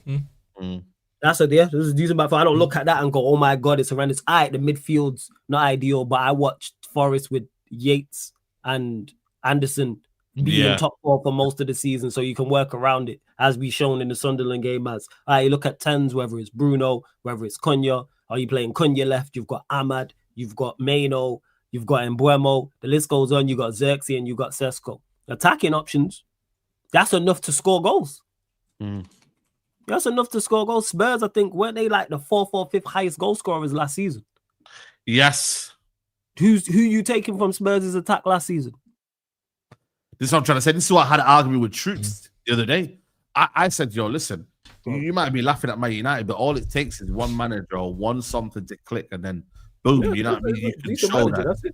You know what I mean? And I think this is the problem. Like, people will say, the Glazers and Ineos are here, and the reason why we'll never be successful is because of Ineos and the Glazers. But I also think, like, you get a good manager and you get, a good system and a good kind of, you can change it around.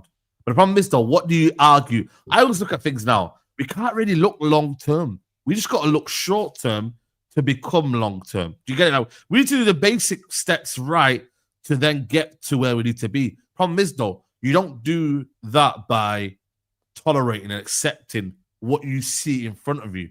You don't waste your time for a year. Like, for example, we've kind of low-key wasted 2 years for no reason. Let's be honest. Just that, we wasted a year of Ten Hag. Yeah. Amrin should have had him last year. And is it last season? Yeah, Amrin should have happened last season. And the season before that. And this season should have happened last season or whatever. You get my point, don't you? Like, you don't like improvement. Yeah. They have, because they wrote just their straight, just sheer ignorance and stubbornness, and just not wanting to admit they are wrong and rubbing it and running it off emotion. That's what that is. Or I don't want to admit I was wrong as a businessman or as a footballing hierarchy. It's figuring it, like you said, it's not long term, it's short term. It's like you're trying to get in shape and you're going running and you're like, right, day one of getting in shape, I'm going to run a marathon. What? No, you build up to running a marathon. You know what I'm saying? You exercise and you run shorter distances until you get to that point. And with Manchester United, we ain't trying to run no marathons currently. It's short. Like, let's get back to it. Basics. I say this all the time when I'm talking about Manchester United. We don't do the basics as a football club, and we don't do the basics on the football pitch. Implement the basics first, and then that's when the talent will kick in. Hence why we've had the success we've had over the past few years is just talent based. Yeah, because we actually have had winning trophies. The fact that we've won, 6 trophies in 12 years or something like that. Been to 10 finals in the last, 10 finals in the last 10 years? That's yeah. That isn't it'll be someone else's dream. Yeah, that wasn't meticulous planning. And we did this and we signed this player and this manager was excellent and it was tactical. Imagine if you think about that. No, it was literally we had talented players that helped us win enough football matches that we can win cups. 6 in 12 years or 13 or whatever it is. So is it 2 FA Cups, 2 League Cups, a Europa League? Something like that. Yeah. So 5 or whatever it is. Like, and we're not saying that's amazing, but I'm just saying, that would be someone else's dream. As bad as we you know what I'm saying? Certain clubs have spent almost $1 billion and they win a trophy in 6 years, but that's a whole different conversation. The point is that I'm making is that that's how bad we've been, guys, and we still picked up trophies. Yeah, that's facts, man. Not even a shot. That's just the facts of the matter. Because that's crazy. You deepen it, you can switch. And I'm not saying, by the way, that Glazers, the viewpoint of the Glazers is not going to be viewed differently. But you win them finals and them trophies, United all of a sudden isn't seen as a failure. I'm not saying that, by the way. Premier League and Champions League are almost like the priority. But you win them FA Cups and them little, Carabao Cups and them Europa Leagues. You mix it in with this so-called bad era by United. You know what I mean? Our outlook has looked a lot differently. It is, let's be honest.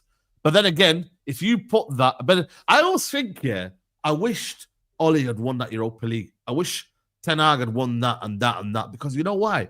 That would have brought more standards to the football club. I think losing has done the reverse for Man United. It's lowered the expectation. I generally think, if we'd have won them cups in them periods, and you might say to yourself, but then Oli would not have been sacked and that. But I generally think then that you would have had a culture of saying, you know what, we win stuff. And if we don't win anything, you're out the door. But because we haven't won it, it's almost like, man, I feel sorry for him, man. But what if he does it next year, guys? And what if it does this up? I generally think them moments there, you win them, the fan base almost say, you know what, at the same time, he can't be here because we won something last year. Look at Arne Slot, for example. Arne Slot is getting pelters. That would be unheard of at Man United. There would have been a statue for Arne Slot. You probably argue. There would have been probably a statue. How dare you think of the manager being the blame when right now we're seeing, and I'm not saying it's all Liverpool fans, by the way, but there is a lot of noise about Arne Slot's tactics. Because it is on him. Like when I look at Liverpool, it is him mainly. It doesn't mean that players don't have to perform better, but look at the talent you have on show. I mean, look at the talent you have at your disposal, and you're performing like that. Yeah, but I know it's so soon, so fresh, Yeah, United fans I've been told, Saeed, forget about last season because we've got more XG and we've been doing this and that. The difference here between us and Liverpool is so... It's never been a bigger gap now between Liverpool and Man United. It really hasn't, bro. Like, I genuinely feel like we should all look at ourselves and feel embarrassed, bro, that we've got our football club looking at XG and they've got a football club that's won a title that's not happy with what they're seeing right now, even though they are 1 point behind Liverpool, behind Arsenal. Look where we've fallen, bro. And I think for me, the biggest blame is the fan base, because I'm sure if we'd have got a sense of reality and said, yo, man, this ain't right. I can't accept this, bro. Would have woken up time ago. And we've already said, you know what, man? We're not having this. And this shows you the gap now. And it's sad. And I think for me, I think it's going to take Liverpool to get to 21 before our fan base wake up and smell the coffee. I don't think so. I don't think that. No, I think the penny will drop. Once Liverpool get 21 and they go back to back, not only did they get back to back, but get 21, and then go past Man United in the all-time, in terms of the premierships here, they will wake up and say, yo, damn, man, what's going on? They will. Because at the end of the day, I feel like now we're together. We're together. We're all right. We're not that bad. I genuinely think for me, it's like, yo, shit. They want back to back. I think you're giving the fan base too much. Do you think so? Do you really think so? I don't think so as well. I don't think there's any waking up our fan base.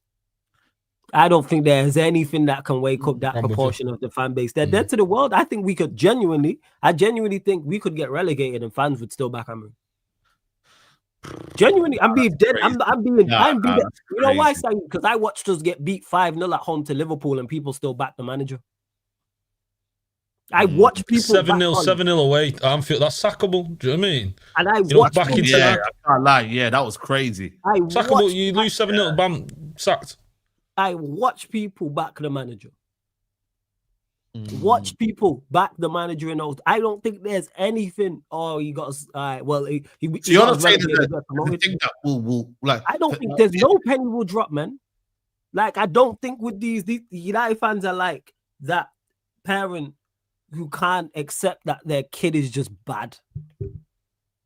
That's what it is. I know that them parents are the worst. Them parents you just can't accept that their child is a terrible human being. They'll blame every external. Blame everyone else. We'll be up in court, blame everyone else. Yeah, hearing what their child has done, and we'll still say, "Nah, that's my son. He wouldn't do anything." And everything. It's on video. You know what I'm saying? Oh, he was forced to it. It's on all the evidence, witnesses, etc.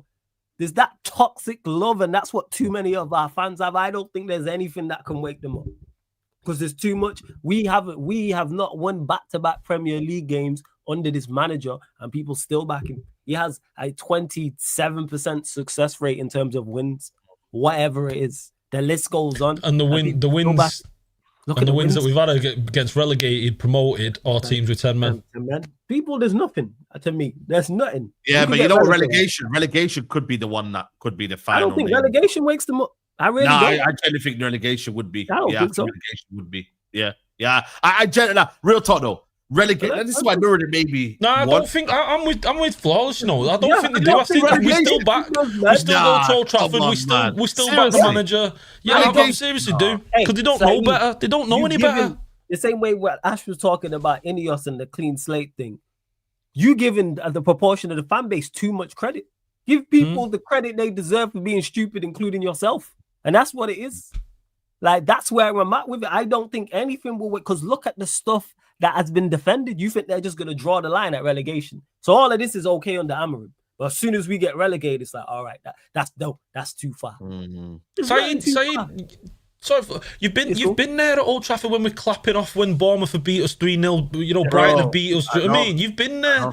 Casemiro gets a red card after we 2-0 up against Chelsea, and we're clapping him off. Do you know what I mean? Like, well done. Like, that's our fan base. It's not sane. Do you know what I mean? It's not rational. It doesn't understand it. It just doesn't have a clue. Like, it doesn't understand football, unfortunately. And like, Flawless hit the nail on the head. It's the parent. Do you know what I mean? That's excusing the kid. That's the best analogy I've ever heard about United fans. Like, I mean, we give every excuse, and I'm sure we know that. If you're from certain places, I'm sure we all know that. I had that brethren growing up, and the mom just refused to believe that her son was just bad mind, and that's where it is. They will defend anything. We lost to Grimsby Town, fourth tier fourth tier I still side can't believe in the English pyramid. Fourth, Grimsby, man. League Can't Two, believe not it. even one of the best League Two sides. League Two side, and they rested players. That weren't even their best side. And it should have been 3-0, you know. Yeah. I reckon the fact They that he battered And we us. played our strongest team. And after that defeat, people still defended him. that's the lowest I think, you know what I mean, we've been as a United fan. Well, I've been anyway. As a United fan, like lose to Grimsby. I was embarrassing, bro. The next day, bro, I was just, bro, like I was gone, man. You get me? Now that's crazy, man. Like, you know what I mean, bro? Like, you can never chat to people, bro. Like, you lost to Grimsby, my guy. You know what I mean? Like, Even big up to Charlotte. Rochdale, you know what I mean? They beat them. Like, yeah. That's mad. That's liberty. Now, real talk, man. When I look at it, like it's crazy. A manager on the board, and it's not like we played youth players. We played our strongest lineup and put a strong team, and then put players out. I'm saying we put we added players off the bench, and then go look at the team that we ended that game with. Yeah, no. Yeah, 5 at the back against me. Of course. At that point, they should have not been able to have left Grimsby. They should still be stuck there now. Yeah. We should have done. I'm not advocate for violence, but we only got one Premier League trophy, by the way. We only got one trophy left this season. You know, we can go back to back trophyless seasons. Yeah. All we got is the FA Cup. If we change this, have we ever done that? By the way, gone back to back seasons without winning a trophy. Yeah, we have, because we went 6 years. Remember, we went 6 years. Oh yeah, you know what? Yeah, my bad. Yeah, forgot about that. Yo, that's crazy, man. Like, yeah, did. How can I forget that? Yeah, we went 6 years. Yeah, 100%. Yeah. But at least sometimes we were still in, if I remember correctly, we were in the Champions League or in the Europa League. Second, thirds and stuff like that. Do you know what I mean? We was actually in competitions, but to Grimsby, and people still defended him. I was like, I still give him time. I think some did turn, yes. I think some people have turned this season, whether it's Fulham, whether it's Grimsby, whether it's City, but there's still a large proportion of the fan base that will back him. And Ash mentioned it, you two at Old Trafford every week. There's no Amram out songs. There's no Amram out banners. They still chant his name, do you know what I mean? Like, I can understand if they didn't, it's support him but didn't chant the name, but he's still chanting the name. He'll bring the glory days again, like.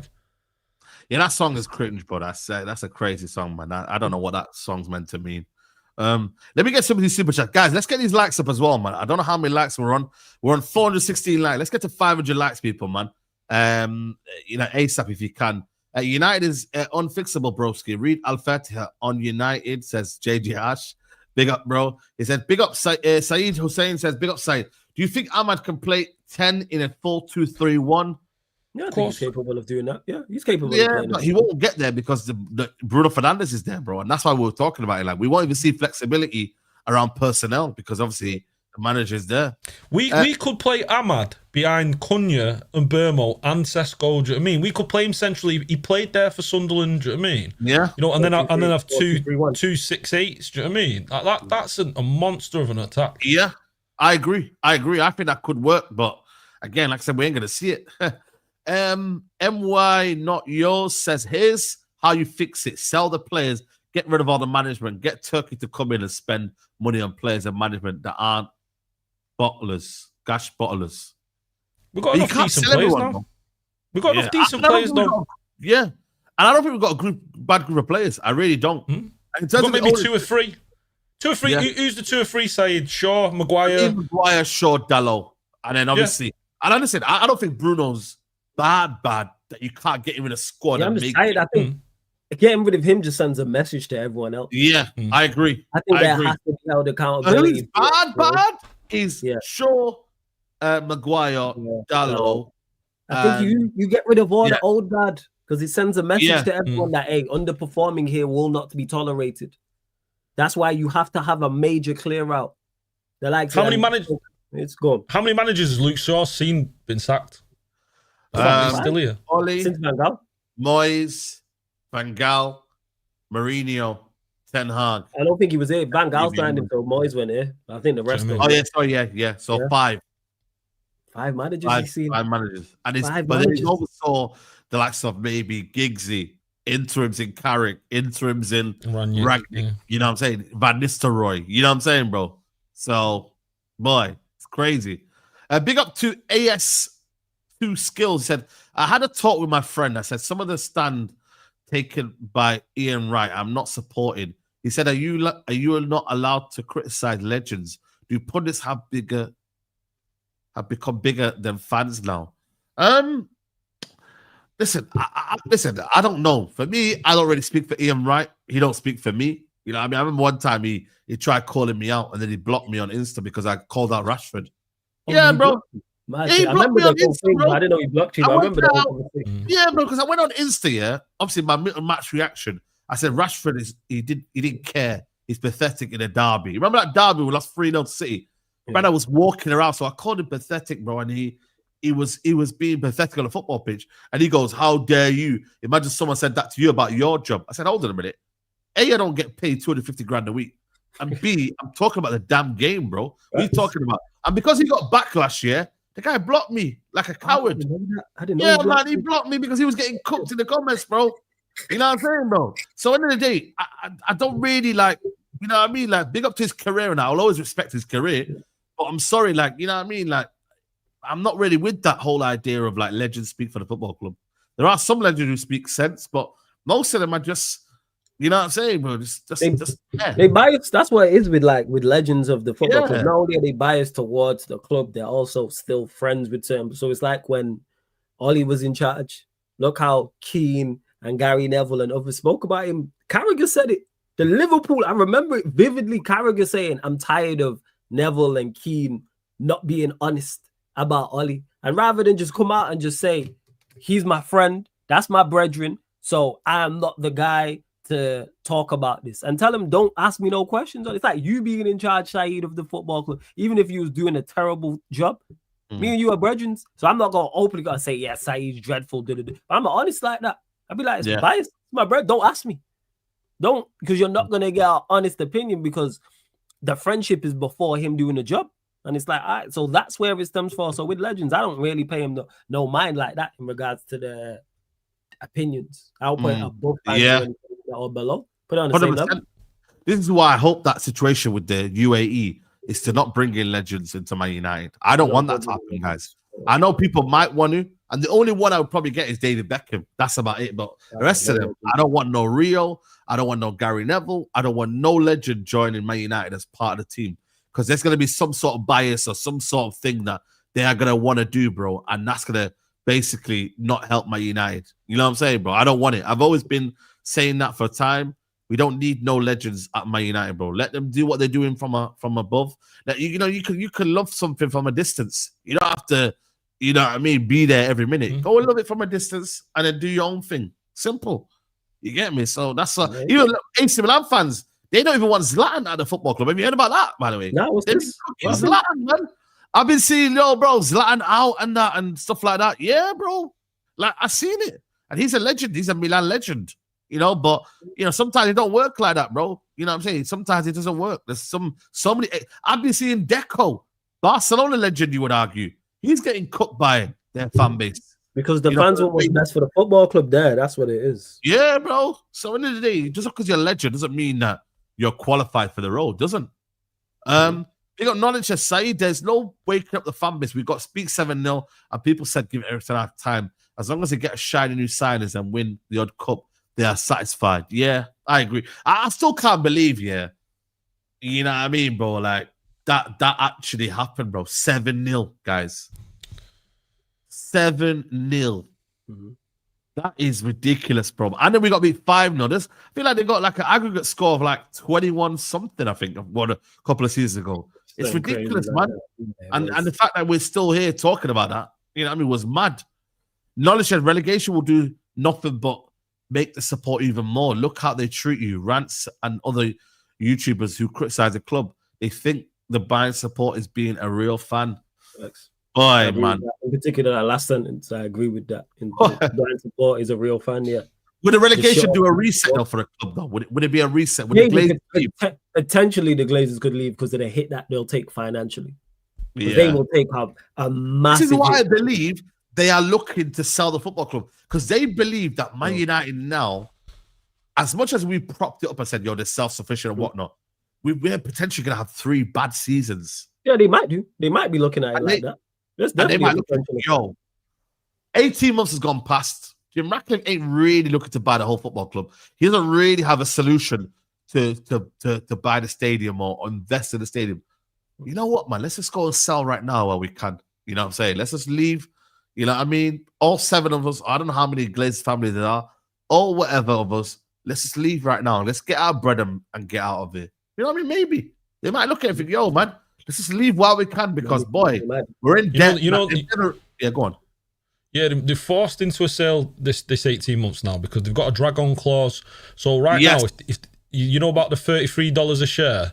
So if they sell the club now, they've got to pay Jim's $33. Do you know what I mean? But if they get $50, then they still pay Jim the $33. Do you know what I mean? To buy his amount. But after 2027, if they get the $50 share, Jim gets $50 a share as well. Do you know what I mean? So they've got to spread it. So now it's more profitable for him to sell right now. Do you know what I mean? In this next 18 months, so they're looking to cash in right now. Otherwise, then Sir Jim's gets dragged along with however much United go on and sell him for. So they're looking to profit right now. So it won't be surprised if it's almost like backstabbing Sir Jim, allow him to take the fall for the fans, the employees, all the shit that's gone wrong with Sir Jim coming in. Allow him to build up the stadium, build up the training facilities, pay the debt because it was a big balance around 270 million that we owed that needed to be paid straight away. So, and then him do all that and then put it up for sale. Do you know what I mean? So they've worked it pretty well. Do you know what I mean? And stabbing Sir Jim in the back. I'm not against it. Yeah, that would be poetic, man. That would be poetic, man. You know what I'm saying? That would be very. Yeah, because he said they get a bad rap. That's also what he said. Let me not forget that. He said that the Glazers get a bad rap and they're passionate about the football club. Get this, all right, man. Yeah, off it. Okay. That's why I said the only way this changes is by abandoning the game, and the fan base won't because they look and sound like a better fan by supporting rubbish and calling others plastic. Yeah, I also think I ain't gonna lie to you, I also think, like there is a lot of fans who think they're better than each other, man, just because they go to games, bro. I go to games. I'm not no better than a fan who's abroad in Malaysia. I'm not. I think actually a fan who lives abroad is more of a fan than me because they get up at stupid o'clock times and they're watching this rubbish. So they are a better fan than me. I'm in a privileged position where Old Trafford is 10 minutes away from me right now. It's similar distance from you lot, maybe a little bit more. We're privileged. We're not better fans. No. People work hard, save up money all around the world to come to Old Trafford to make one journey. Do you know what I mean? Spend all the life savings to get here just to get to Old Trafford. You see that guy who rode the bike from, where was it, Mongolia? Mongolia. I remember that was a couple of years ago, innit? Yeah. Do you remember? Do you know what I mean? Yeah, I remember. They're fans staying up in the middle of the night in the middle of like Nepal and all that shit. Do you know what I mean? Watching United, watching this shit. No, that's incredible. Do you know what I mean? Those are real fans. Facts. Like 2 of my guys who I watch. My watch-alongs on a regular, Sheik and Eddie, on the West Coast. So they got to wake up West 4 Coast, a.m., 5 a.m., 6 a.m. But I was struggling in LA, bro. I couldn't sleep. There you go. It's ridiculous. It makes sense. Like my guy, like it's been so bad. Eddie's fell asleep on a couple of the watch-alongs we've been on. That's how bad the football's been. I passed out, been quiet. Oh, my bad. I fell asleep. Yeah, no worries, man. Like for real. I'd have the cheek to not call them real fans. Outrageous. Yeah. And listen, we know plenty of Mancunians that say they support United and they don't have a clue, you know what I mean? They don't have a clue, man. I swear down, bro. A lot of the top Reds don't really have a clue about Man United, bro. They don't. It's just a case of like, oh, but I go to all the games. Yeah, we can go to all the games, but still not have a clue about the run-ins and how Manchester United are, bro. You don't. Let's be honest. What we're watching. How you go to the games, watch that live and go, yeah, this manages it. You don't. A lot of them don't watch other football as well, which is I ain't gonna lie to you, bro. If you only watch Man United but don't watch other football, I'm sorry, that is a problem. It is.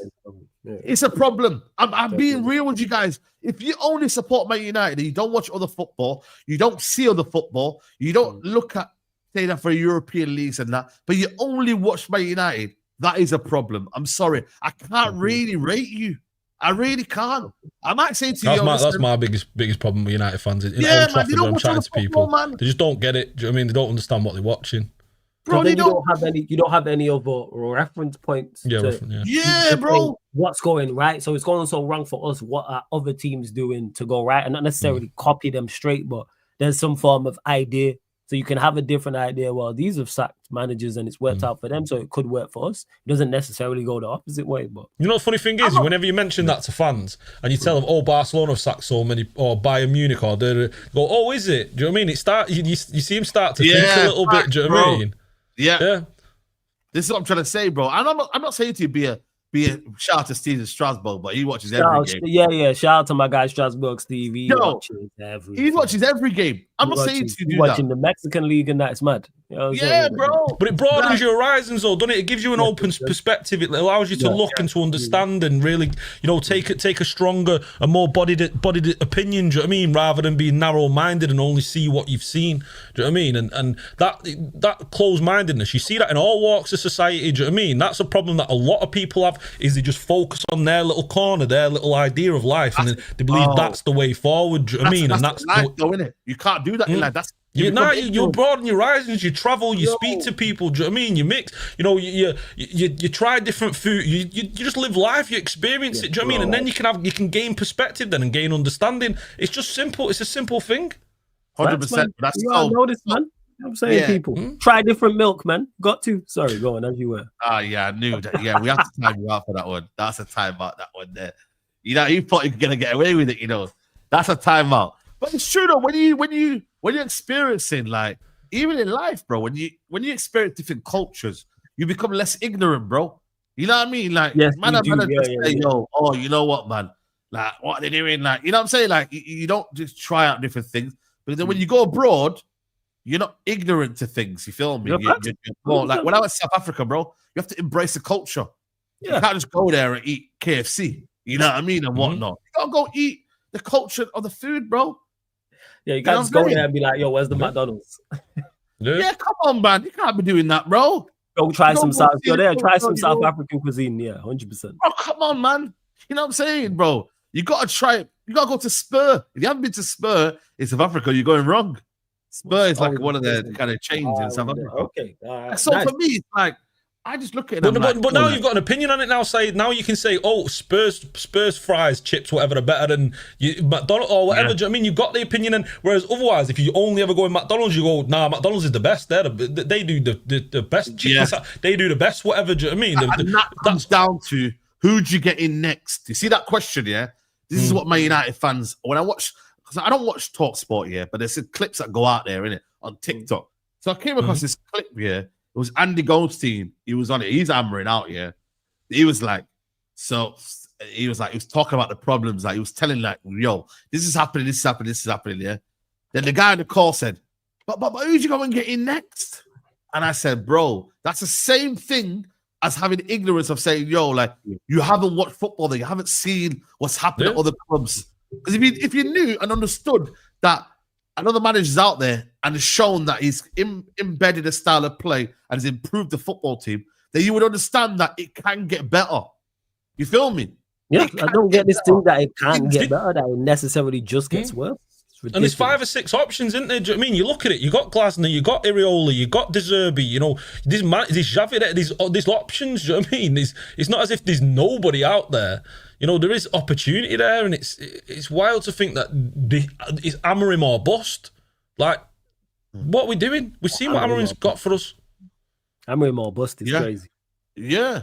I just think for me, it's one of them where I think our fan base, I'm not going to lie to you, bro, like, there is a lot of, like, yo, man, we're just like, it's Man United, but, like, bro, the world revolves around Man United. You got to look at other things, see other things.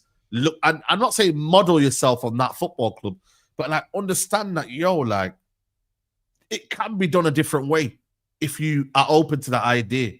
It can be, we can do this thing this way. You shouldn't have a manager that should be persistent on a 3-4-3. You shouldn't. You should have a manager. That's one of the things to me. If you can't have one of the three things, yeah, I always ask from the manager is that is he adaptable, but also has a different style as well. Not just, kind of cemented on the idea of, yo, like, and this has to work. But what if, like, and again, you don't, sometimes I get it, yeah, this is your philosophy and this is what you want, but you can change it, bro. Glasner changed it. Was that 4-4-2 at Frankfurt? You were saying something like that. Yeah. What elite sports manager doesn't adapt? That's just bro. NBA. I don't know if you watch NBA, but yeah, I'm sure the NBA guys. Yeah, NBA. You don't play the same way against everybody all the time, especially when it's a playoffs and you're playing potentially 7 games against the same team. You don't set up the same way. Like every single time, you'll run up different plays offensively and you'll have different plays defensively to stop their best player, for example. Yeah. And it's the same with football. How can you be unable to adapt? It's like asking a player to go down the line every single time and you know it's not working. Like, why? Yeah. Okay, if it's not working, then you come inside. Do you know what I mean? Just maneuver the ball. You know, recycle the ball. Don't just keep doing the same thing over and over and over and over again, expecting it to work. That's they say definition of insanity. Yeah, doing the same thing over and over and expecting different results. Like you mentioned there, if you just continuing to go down the line and it's not working, pass it back to the fullback, recycle it to the central midfielder, and just keep pick up the ball in a different area type of thing. Like being unable to adapt is ridiculous. That is just like football management 101. Yeah, Alonso I'm not recognizing things aren't working. That's frustrates me with Amorim. You can see Bruno's not working in this 6 right now. Do you know what I mean? So why not me? You've seen that Shaw doesn't work there. You've seen Delow's not working. Do you know what I mean? It's like that's what it is. Weird. It's stubbornness because he wanted Bruno to stay. So it's kind of like, we signed 210, so I've got to play Bruno now. Yeah, Bayindir as well. Like starting Bayindir too much. Like, you know, he had Sonny Lemons there. Just put him in. You know. Honestly, it's frustrating, man. I agree. I think for me, and you know what as well, Saad? Fans can call you toxic and call other content creators toxic. I think the top Reds are the toxic ones. They're creating that toxic environment in our football club. Do you know what I mean? By not allowing us to prosper and do well. Do you know what I mean? By continually keeping. They should be the ones that should be doing it. Like the top Reds should be the one that should be at the top of the. The standards kind of like, calling for it. Like it would be same way it would be for these Lyon fans that were getting the speakers out and saying, like, I haven't seen that. There should be someone with a speaker at the ground here, call the players over, call the manager over and say, we don't tolerate this. We don't accept this. Not. Yeah. Oh. And that's it. Lyon fans, who were in like proper bad state, call the fans over and say, you don't get to do this. Yeah. We've had worse than this. We've had worse team than this. Go and watch it. When you see with Leverkusen, they brought I don't know, the equivalent of Grimsby was last year in a DFP Pokal. Bayern Leverkusen lost the game. I think they lost. They pulled Granit Xhaka over and said, come here, man. We got words to talk to you about. Go honestly. Said, we don't accept this shit. And they just won the league, by the way, the year before following. But they didn't accept that, bro. Because it is unacceptable. There's certain things that are unacceptable. There's certain results, there's certain performances, and you have to be held accountable. Same way you're praised when it's the other way. But there just seems to be this acceptance of it's okay. It's all right that we can lose, and it's all right we can perform poorly, and we're good. Yeah. I like I said, I think there's not one solution how to fix Man United, but as we've seen today, we've gone from culture, standards, because it's multiple things. It's not one thing or one. It's not. Sorry to cut you off. It's not one thing or one person. It's multiple. Because when a football club succeeds, it's multiple people. Yeah. So it's never going to be one. You can proportion blame where you want. But I feel like for this to work, you take that first big step, and I think United. The problem with United right now. They haven't took that first big step. Yeah. That's the problem. We haven't, though. We haven't took that first big step to almost and also a culture shock at Man United where the fan base are like, whoa, what they've done here? Like, this is a bit mad. You know what I'm saying, bro? Yeah. They haven't done that. Have you really been shocked by Man United? Or has it been like, oh, yeah, we know what's going to happen next? So we kind of like, you never really shocked, bro? No, we knew what was going to happen with Ten Hag. Yeah. We knew at the start of that season, we knew, all right, you are going to get sacked at some point. It's a question of when, not if. That should never be the way any top football club, any football club is run. Never mind Manchester United in the Premier League, where we're talking about not if the manager is going to be successful, it's when he's going to fail. And then you compound that by making the exact same mistake the following year. Because Amorim, it's a question of when he gets sacked, not if. Because one thing I trust for 110%, it's one thing I trust without doubt, is that Amorim is going to be shit. I trust that. I trust that to happen. He's going to get, so Ratcliffe can say what he wants about patience. That sounds all well and good. Yeah. Wait till we go 3-4 games without a win. And it's 3-4 wins. I want to see him talk then. Don't let us go get packed up by Liverpool on Sunday. Let's hear what Ratcliffe has to say Monday. Make sure you talk Monday.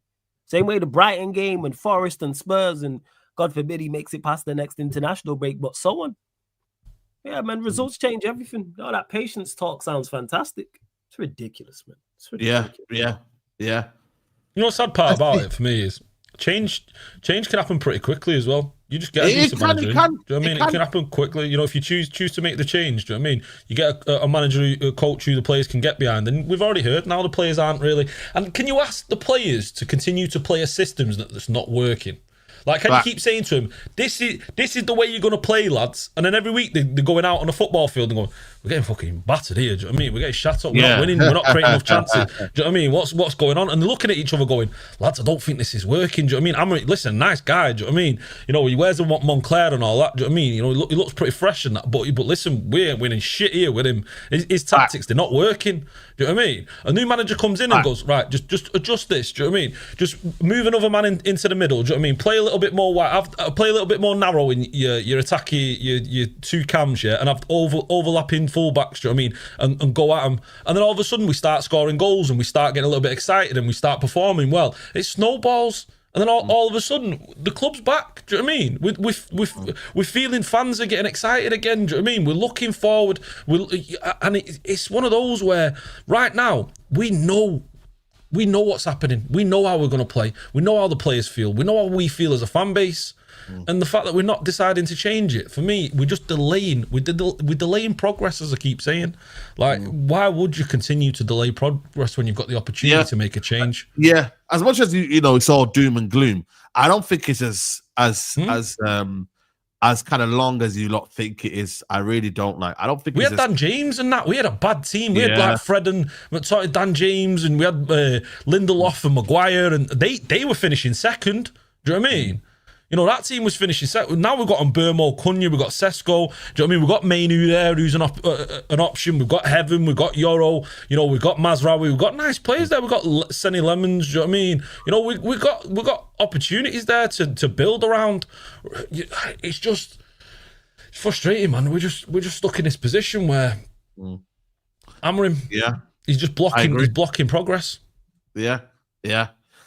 Let's see, man. Let's see what happens tomorrow. Because, like I said, it's a new week. You know what I mean? I hope this has been a beneficial kind of podcast as well. You feel me? We've tried to cathartic, get it out. Yeah, like we just thought, you know, instead of like just talking about transfers and all of that, like people are just talking about, you know what I mean, rubbish. We thought I'd give you like some sort of like overview and like highlight how. And if there are things you would put them in the comments after the video. That would be beneficial. You know what I mean? How would you fix Man United? What would you do first? What do you think are the biggest problems? And what is the solution? You know what I'm saying? Like, what is it? We might be waffling for 2 hours, but really and truly, you might have the answer in the chat. So yeah, let us know what you lot think, man. And please do give this video a like, man, because we've had a good discussion here for 2 hours, and we've only had 472 likes. So if you are watching right now, you know where the like button is bottom right corner. And it helps the channel. You feel me? Like, it really, really helps the channel. And listen, don't be listening to no Indie Callier, man. He talks rubbish. Please, guys. There's one thing that I could tell you to do is not listen to this guy, bro. He had one good run, and that was it, bro. He don't know effing nothing, bro. So I ain't listening to that guy, bro. I'll be real with you. I'm waiting for David Ornstein or one of the biggest journalists to drop it. Not no Indie Callier, bro. This guy is useless, bro. He had a good run in the summer, few bits and bobs, but keep it as that, bro. I'll be real with you. So, yeah, guys, if you could like the video, that would be amazing. Shout out to Ash, man. Big up to you, man. And, yeah, what are you doing next week? You got any plans next week? What's your plans? You know what I was thinking? I was thinking maybe go to the PSG game, you know, the women's first Champions League game in the at Old Trafford. I was thinking maybe go to that on Wednesday. Old Trafford. Night, yeah. Still okay. Opportunities for tickets. You know, first game in the Champions League at Old Trafford. You know, we'll get to see some Champions League at Old Trafford nights. Do you know what I mean? So maybe just go down there and see that, and you know, because the ladies aren't doing too bad. You know, they're getting on with themselves. So maybe go down there, support that. But now I've got the content out on YouTube and TikTok and all that, Ash Meppers, and always a pleasure to be here, Saeed. Thanks for putting us on as always, as you do with, many content creators out there. That's why Saeed deserves the likes and deserves the praise, man, because like I said, he's lifted everyone up out there. But yeah, I appreciate it as always, and to chat, getting involved, and pleasure always to speak to Flawless and that. And yeah, we'll do it again. Yeah, man. I might even come down, man. So yeah, man. I swear down, man. Like, yeah, I mean, so yeah, I will be there for the women's Champions League. You feel me? And yeah, man, is a song gonna be on there? Yeah, for sure. Yeah, full Champions League. Yeah, we'll be there, man. We'll be.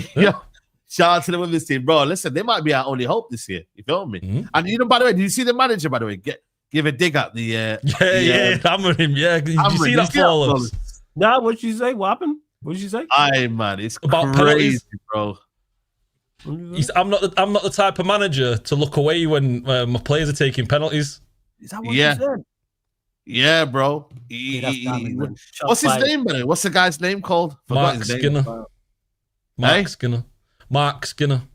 Yeah, Mark Skinner. That's the one. Yeah, he just basically had a jab at Ruben Amorim, basically not putting his head down on penalties and free kicks and that. So yeah, that was quite funny. You get me? I don't know if he'll get a thingy on him, but we'll see.